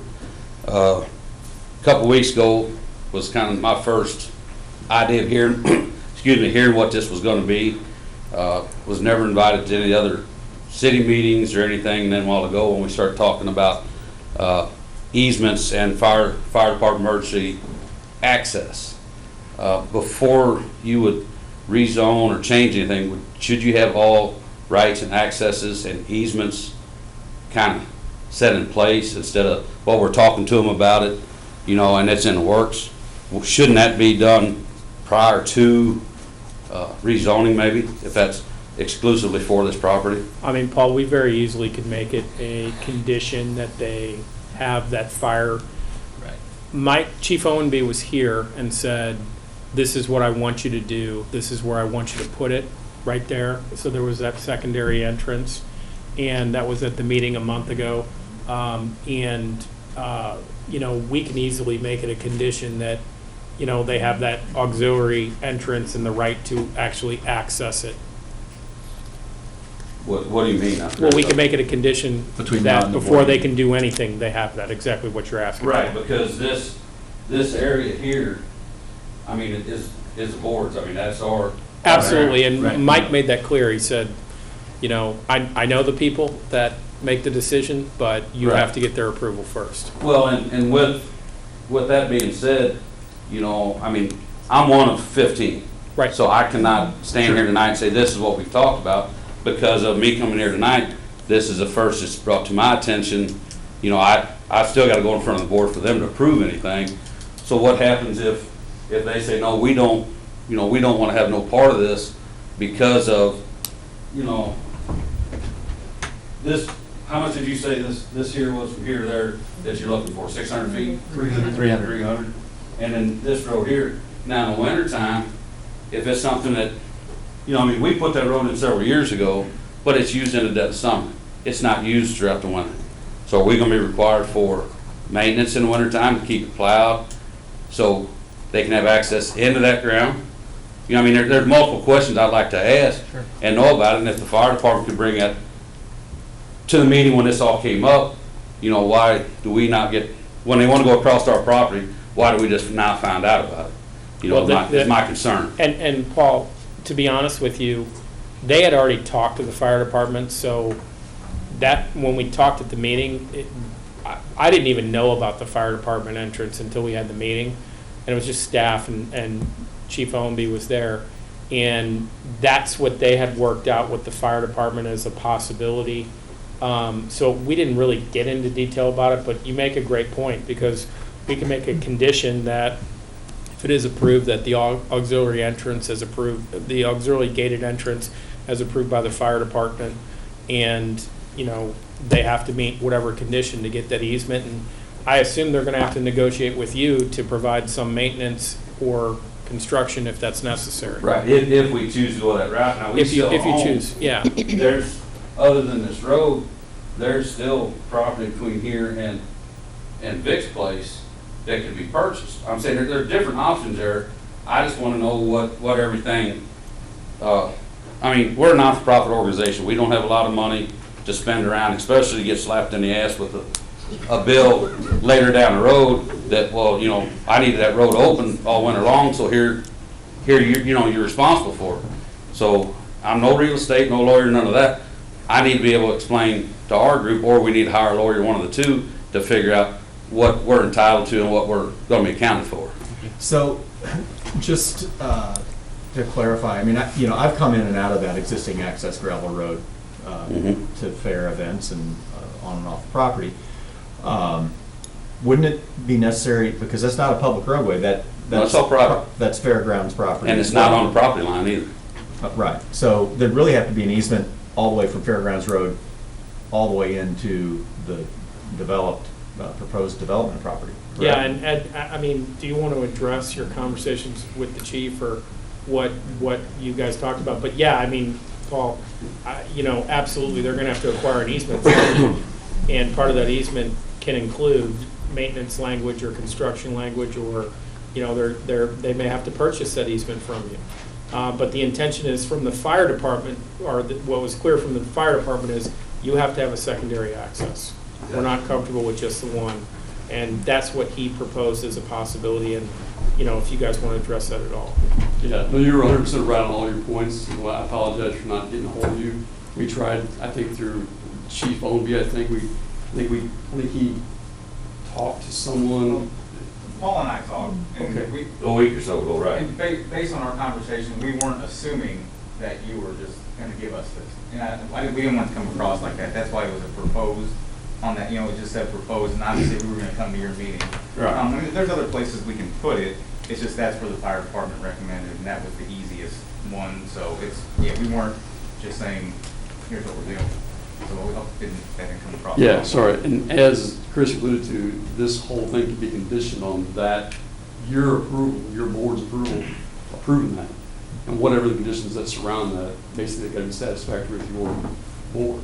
Because we recognize it is your property. Yeah, and staff is not in support of a project that does not have fire department approval. And fire department says you need a secondary access. Fire department recommended that is the best shot from the firehouse. So having that as a condition of the approval is what is intended. Very good. Can I ask a quick question? Yes, you have Two, actually. to step forward though. Right along here is my property line. Ma'am, can you These- please state your name again? Oh, I'm sorry. Just so Lisa it's clear. Mushler, 505 Fairgrounds. Thank you. My question is, part one is, what are you gonna do to put a buffer in here so I'm not having to look at all of these buildings? I moved out here knowing that I had folks across the road from me for apartment units, but I had farmland around me. I understand that someday it's gonna be developed. I don't wanna have to live there. Okay. The second question I have, and this really goes towards this gentleman, is seniors out here a lot move away because we don't have a hospital. Union has a hospital. No, they don't. Washington does, I'm sorry. Much closer than St. Joe's West is for us. Now, I happen to know some seniors that have moved away from here because of that reason. They move towards doctors and hospitals. We don't have a big selection out here. So what happens if you can't fill these? Are you going to then, is the board going to allow that amendment to this conditional use? I don't know how that works. If he can't fill these properties, is he going to be able to reduce the age? The conditions go with the property and whoever owns it. Okay, so they always have to be 55 and up, even if they can't fill them? Well, that's not one of the conditions that I understand that during our discussion, but any of the conditions that are placed on the development go with the development, correct? They run with the property. So, Not the owner, they run with the property. So whatever has come up, and there's more flexibility because it's a PUD. There's additional things that can be required that's a little bit more broad than just what a conditional use permit is. Okay, I guess I don't understand what a PUD is. Land unit development, what it is, it's basically under one ownership. It's one lot, and all those units are under one ownership, so there can be management review or there can be city review of the conditions, the covenants they record. There was a question about maintenance, there can be some maintenance conditions put in there. I don't know how detailed we want to get into that, we may want them to propose that. So there's a conditional use permit, and then there's a plan unit development, which is even more Step up. scrutiny they Okay. can have. Okay. So, I mean, if the planning commission says we want you to add some additional screening along the south side, something that will grow into it, that's something that they can consider that's beyond just the typical landscaping requirement.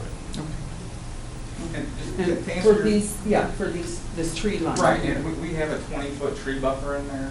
And- Okay, and is that what this That's what that this little dotted yes, line is? yeah, Okay. it's 20 foot, and I'm sure you noticed it, it's really thick. It's very thick through there. Yeah, parts of it are, but other parts are very thin, and Yeah, they that was my originally came concern. in, with the 10-foot buffer. Staff said we want it to be thicker, so they added 10 feet, so it's 20 feet. Okay. Then to answer your question, it's about 350 feet from the property line to the nearest structure. Right. So the nearest structure is about 350 feet, about 100 yards. That little retention pond, I'm sure you know that little pond that's there right now already. I don't, but I think Okay, my yes, husband okay. does, yeah. Yeah, that, basically, we just made that a little bit larger and use it for Okay. water retention, and it'll be an actual pond. That's the location of that. Probably because you have an environmental question. No, I'm Vic Mushler, her husband. I think that's a good thing. Just out of curiosity, why were they on my property surveying for road access? I had surveyors, or I should say utility locators, over here, and when I asked them why they were there, they said it's for road access. Yeah, And it was ordered by you, I believe. Yeah, so we work for Ed, as you know, and we did survey the property as far as locating utilities. I'm not sure if it was our team that was there. No, these were utility workers. Okay, yeah, I don't know. And they said it was for road access. Yeah, when we call dig right, we have to report. Okay. Yeah, so I don't know. So there's no plans to extend the road? No. Oh, Absolutely not. They don't know.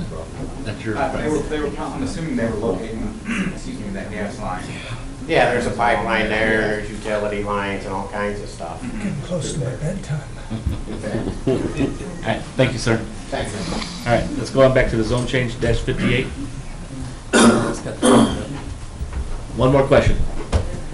We've had our public time, but we'll let you go. Come on Well, up. it's hard to, That's fine, it's go hard ahead. to address that when you didn't see the presentation I agree. first. That's why we said, yeah. So, Go ahead. Your name again, sir? Joe Riley. Thank you, Mr. Yes. Riley. What I wanted to say is, density is an easy number to play with. And this is what's called basically a bullseye development, where the green space is around it. But when you are on the street, you are looking at concrete and vinyl. And so what happens is, as you can see, the green space is all pocketed over out of view when you're driving in these lanes. So I really do encourage all of you to look at the photos, drive through the communities, and see what they look like. There's a huge pocket of green space, which is part of the water runoff and retention. But the green space is not spread through the development. So aesthetically, it really is going to have a very different look than anything you have around here. And I think you really need to take a look at that and the impact of what it's going to be on the community as far as that goes. The other thing is, I'm not comfortable with putting it in covenants and restrictions that can easily be amended. If it's going to be 55 plus, deed restrict it to be 55 plus. You know, you can do that and it's permanent, it goes on forever.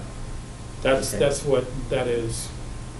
It would be covenants or deed restrictions. But he was talking about plan unit development can also be changed. No, plan unit development is a city approval, sir. No, I'm saying that with city approval at some point, it's not. You're talking, there's two separate things here. Covenants are deed restrictions by definition, okay? So when you say you're okay with deed restricted for 55 and older, that is exactly what that is. Okay, you are going to do it as a deed restriction. That's what they're saying they're going to do, and we can require it as part of the PUD to say you have to deed restrict this, okay? Number one. So they complement each other. There's actually two layers there to require that to be done. Thank you, sir. And I would only say about the bullseye development, we did ask them to push it a little bit to maximize the buffers around the surrounding properties. So part of that is a little bit of condensing for that purpose. But I have a question, okay? Is it gonna look like this, your one in Union? Is this what the project's gonna look like, cement streets and little buildings everywhere and cars parked? Well, I mean, I don't know. Is that what everybody wants here in this town? 1,200 square feet. 170 units, and it's gonna look like this. Okay, You let's drive go. in, and it's all cement and building after building with the driveways and all piled on each other and greenery around the outer edge. Thank you. Okay, so we have Orange Blossom Estate zone change -58 at this point.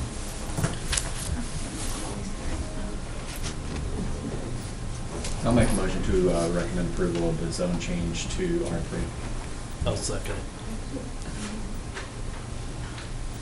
We have a motion by Mr. Costello, second by Mr. Durbin to approve the zone change -58 for the Orange Blossom Estate. Any other questions or comments? Roll call vote. Mr. Combs? Yes. Mr. Barton? Yes. Mr. Durbin? Yes. Mrs. Blondin? Yes. Mr. Cooper? Yes. Mr. Costello? Yes. Mr. Deitch? No. Motion passes 6-1 with 3 absent. The last of order will be the PUD-59, which is where we can add any of the restrictions that we would like to add to this. So let's have those ready to go when we make it. So I can give you a couple of my notes. Thank you. As I've written them down. You can tell me if I'm missing anything. So the first one is Greystone Chapel Drive, as shown on the plan, must be completed within 18 months of the first building permit application received by the city. Temporary turnarounds must be constructed until Greystone Chapel Drive is completed, so there's a loop.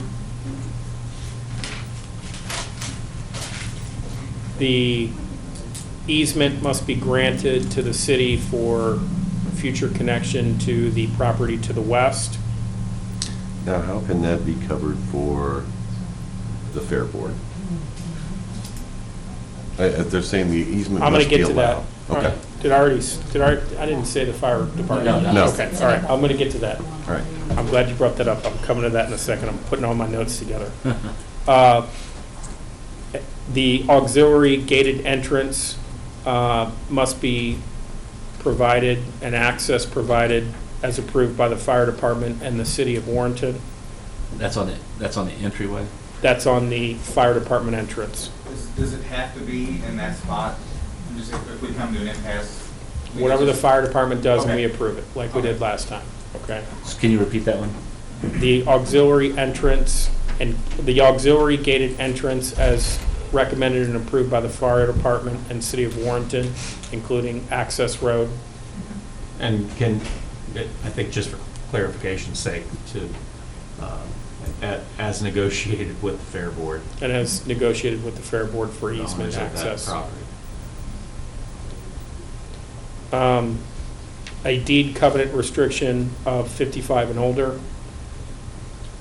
And I also thought maybe we could ask them to propose some type of covenant regarding maintenance of the property for us to review, something to deed restrict for what you're going to have in place for maintenance of the property. Keeping vegetation Yeah. and base plantings and all of those things in good condition. Snow plowing and. Are there Yep. base plantings? Are there any sort of vegetation within the development? The little green dots, I assume, are trees Yeah, that's what he said. on the PUD plan? Yeah. Yeah, he showed something there. Yeah. I think those are trees. The dots there.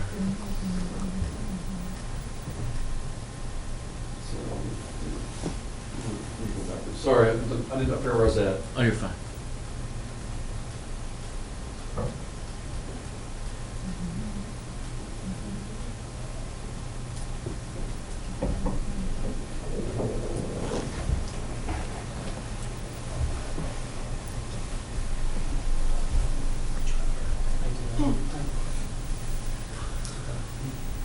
Okay, yeah, it's kind of hard to see here, Stacy, but basically each one of these Okay.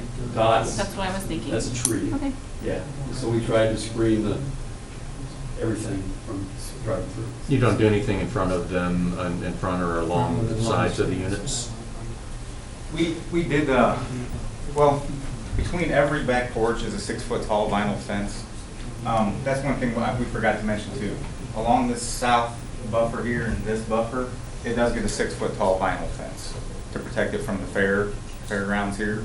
And in the backyards, there's a 6-foot tall, 8-foot long vinyl fence protecting neighbors from each other. And then on the ends, we do a tree buffer to protect the patios and protect them from seeing them. Is that what you're? Well, asking? I mean, a lot of times, a residence or an apartment building or whatever, they'll have some different shrubs and decorative plantings around the base of the foundation. So, my concern would be if we're going to do something in the covenants and restrictions, that there should be some language that requires that the trees be kept healthy, that the base plantings, if any, be kept healthy, that they be replaced and not just allowed to wither away and things like that. Okay. I mean, as a property owner, you know that if you keep your property attractive, the ability to attract renters is much better. But it's always better to have those things on paper. Absolutely. You'd be surprised at how much care these people take care of that for me. Water and everything and trimming, so. Oh, Scott, I wasn't checking out the conversation. I was checking with this gentleman right here. All right. So we have, I'm gonna repeat these if you guys, he said in the planned unit development with the restrictions or including in there some of the things that we would like to see done. 18 months to complete the road for the circle. And until that happens, temporary turnarounds at each end to make sure that the fire department can get in and out on those eyes. Easement to the city for the west side. auxiliary gated entrance by the fire department, including access road as negotiated with the Fair Board. Deed covenant restriction, 55 years or older, that would go with the property, not the owner, but with the property itself. And maintenance restrictions of the property, such as keeping the siding clean, trees maintained, roads plowed, trash removed. Streetlights maintained. Street light maintained, all those things that are normally done by the city but are going to be done by the private owner at this, to be good neighbors to all the folks that came out tonight.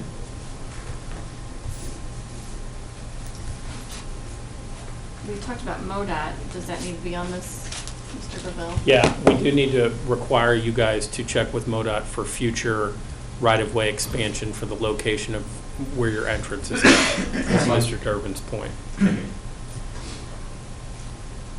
So including that, they're going to check with MoDOT to make sure that before Did you have more, Mr. Gerville? That's all I had notes-wise that seemed like, and I think some of this stuff, we're going to have to get something from them before, hopefully next week, like the maintenance schedule and whatnot, so we can put it in the packet and figure out how we're going to incorporate it into the PUD. Okay. And there was a question by one of the property owners about the location of the stub, if it was ever turned over, requesting the possibility that it be to the north as opposed to the south, so we could talk about that as well. So, Right, right. okay. Just the easement in that direction as opposed to the south. Well, you know, I don't see a problem. you're talking about the easement for future access? Yes, to the property to the west. All things being equal, it seems to me like having a direct shot from that southwest corner straight through to 47 Would make the most sense. would make the most sense. We're gonna, the owner of the property, I think, had some legitimate questions about it, and I said, if you can let us know, next week what their concerns are, we'll convey that to them and see, because it doesn't seem like you guys really have too much of an objection one way or another. Our concern is just that there's an extra. Yeah, well, I mean, obviously, you have the infrastructure in there. You want your streets to be connected so people can, and also limit the accesses on 47 as much as possible. All right. Till it's 4 lanes. Any other questions? I'll entertain a motion and I'll read the PUDs or the restrictions that we come up with. Can I ask a question?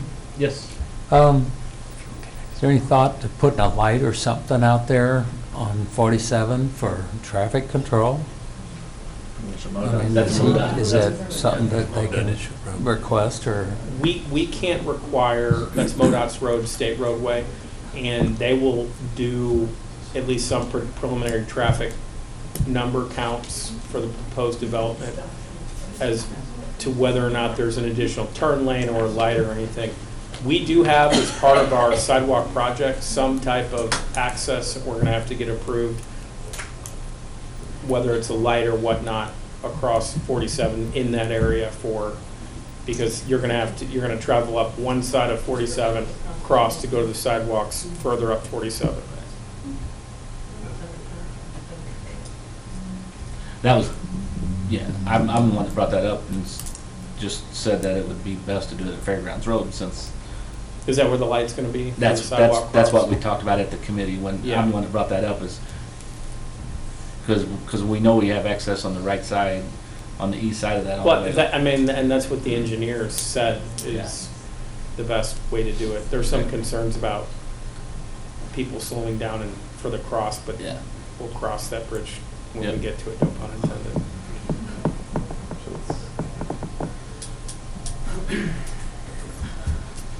All right.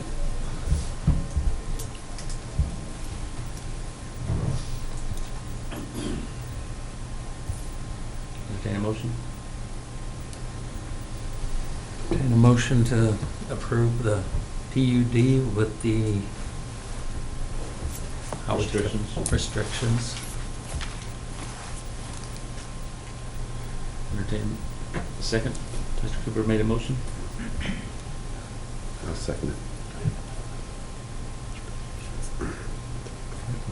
We have a motion by Mr. Cooper and a second by Mr. Cullum to approve the Orange Blossom Estates PUD-59 with the following restrictions, that they get a discussion with MoDOT about the intention of a wider lane, what they would need for that to happen. 18 months to complete the road for the full complete circle. Temporary turnarounds until that happens on both ends. Easement to the city for the west side.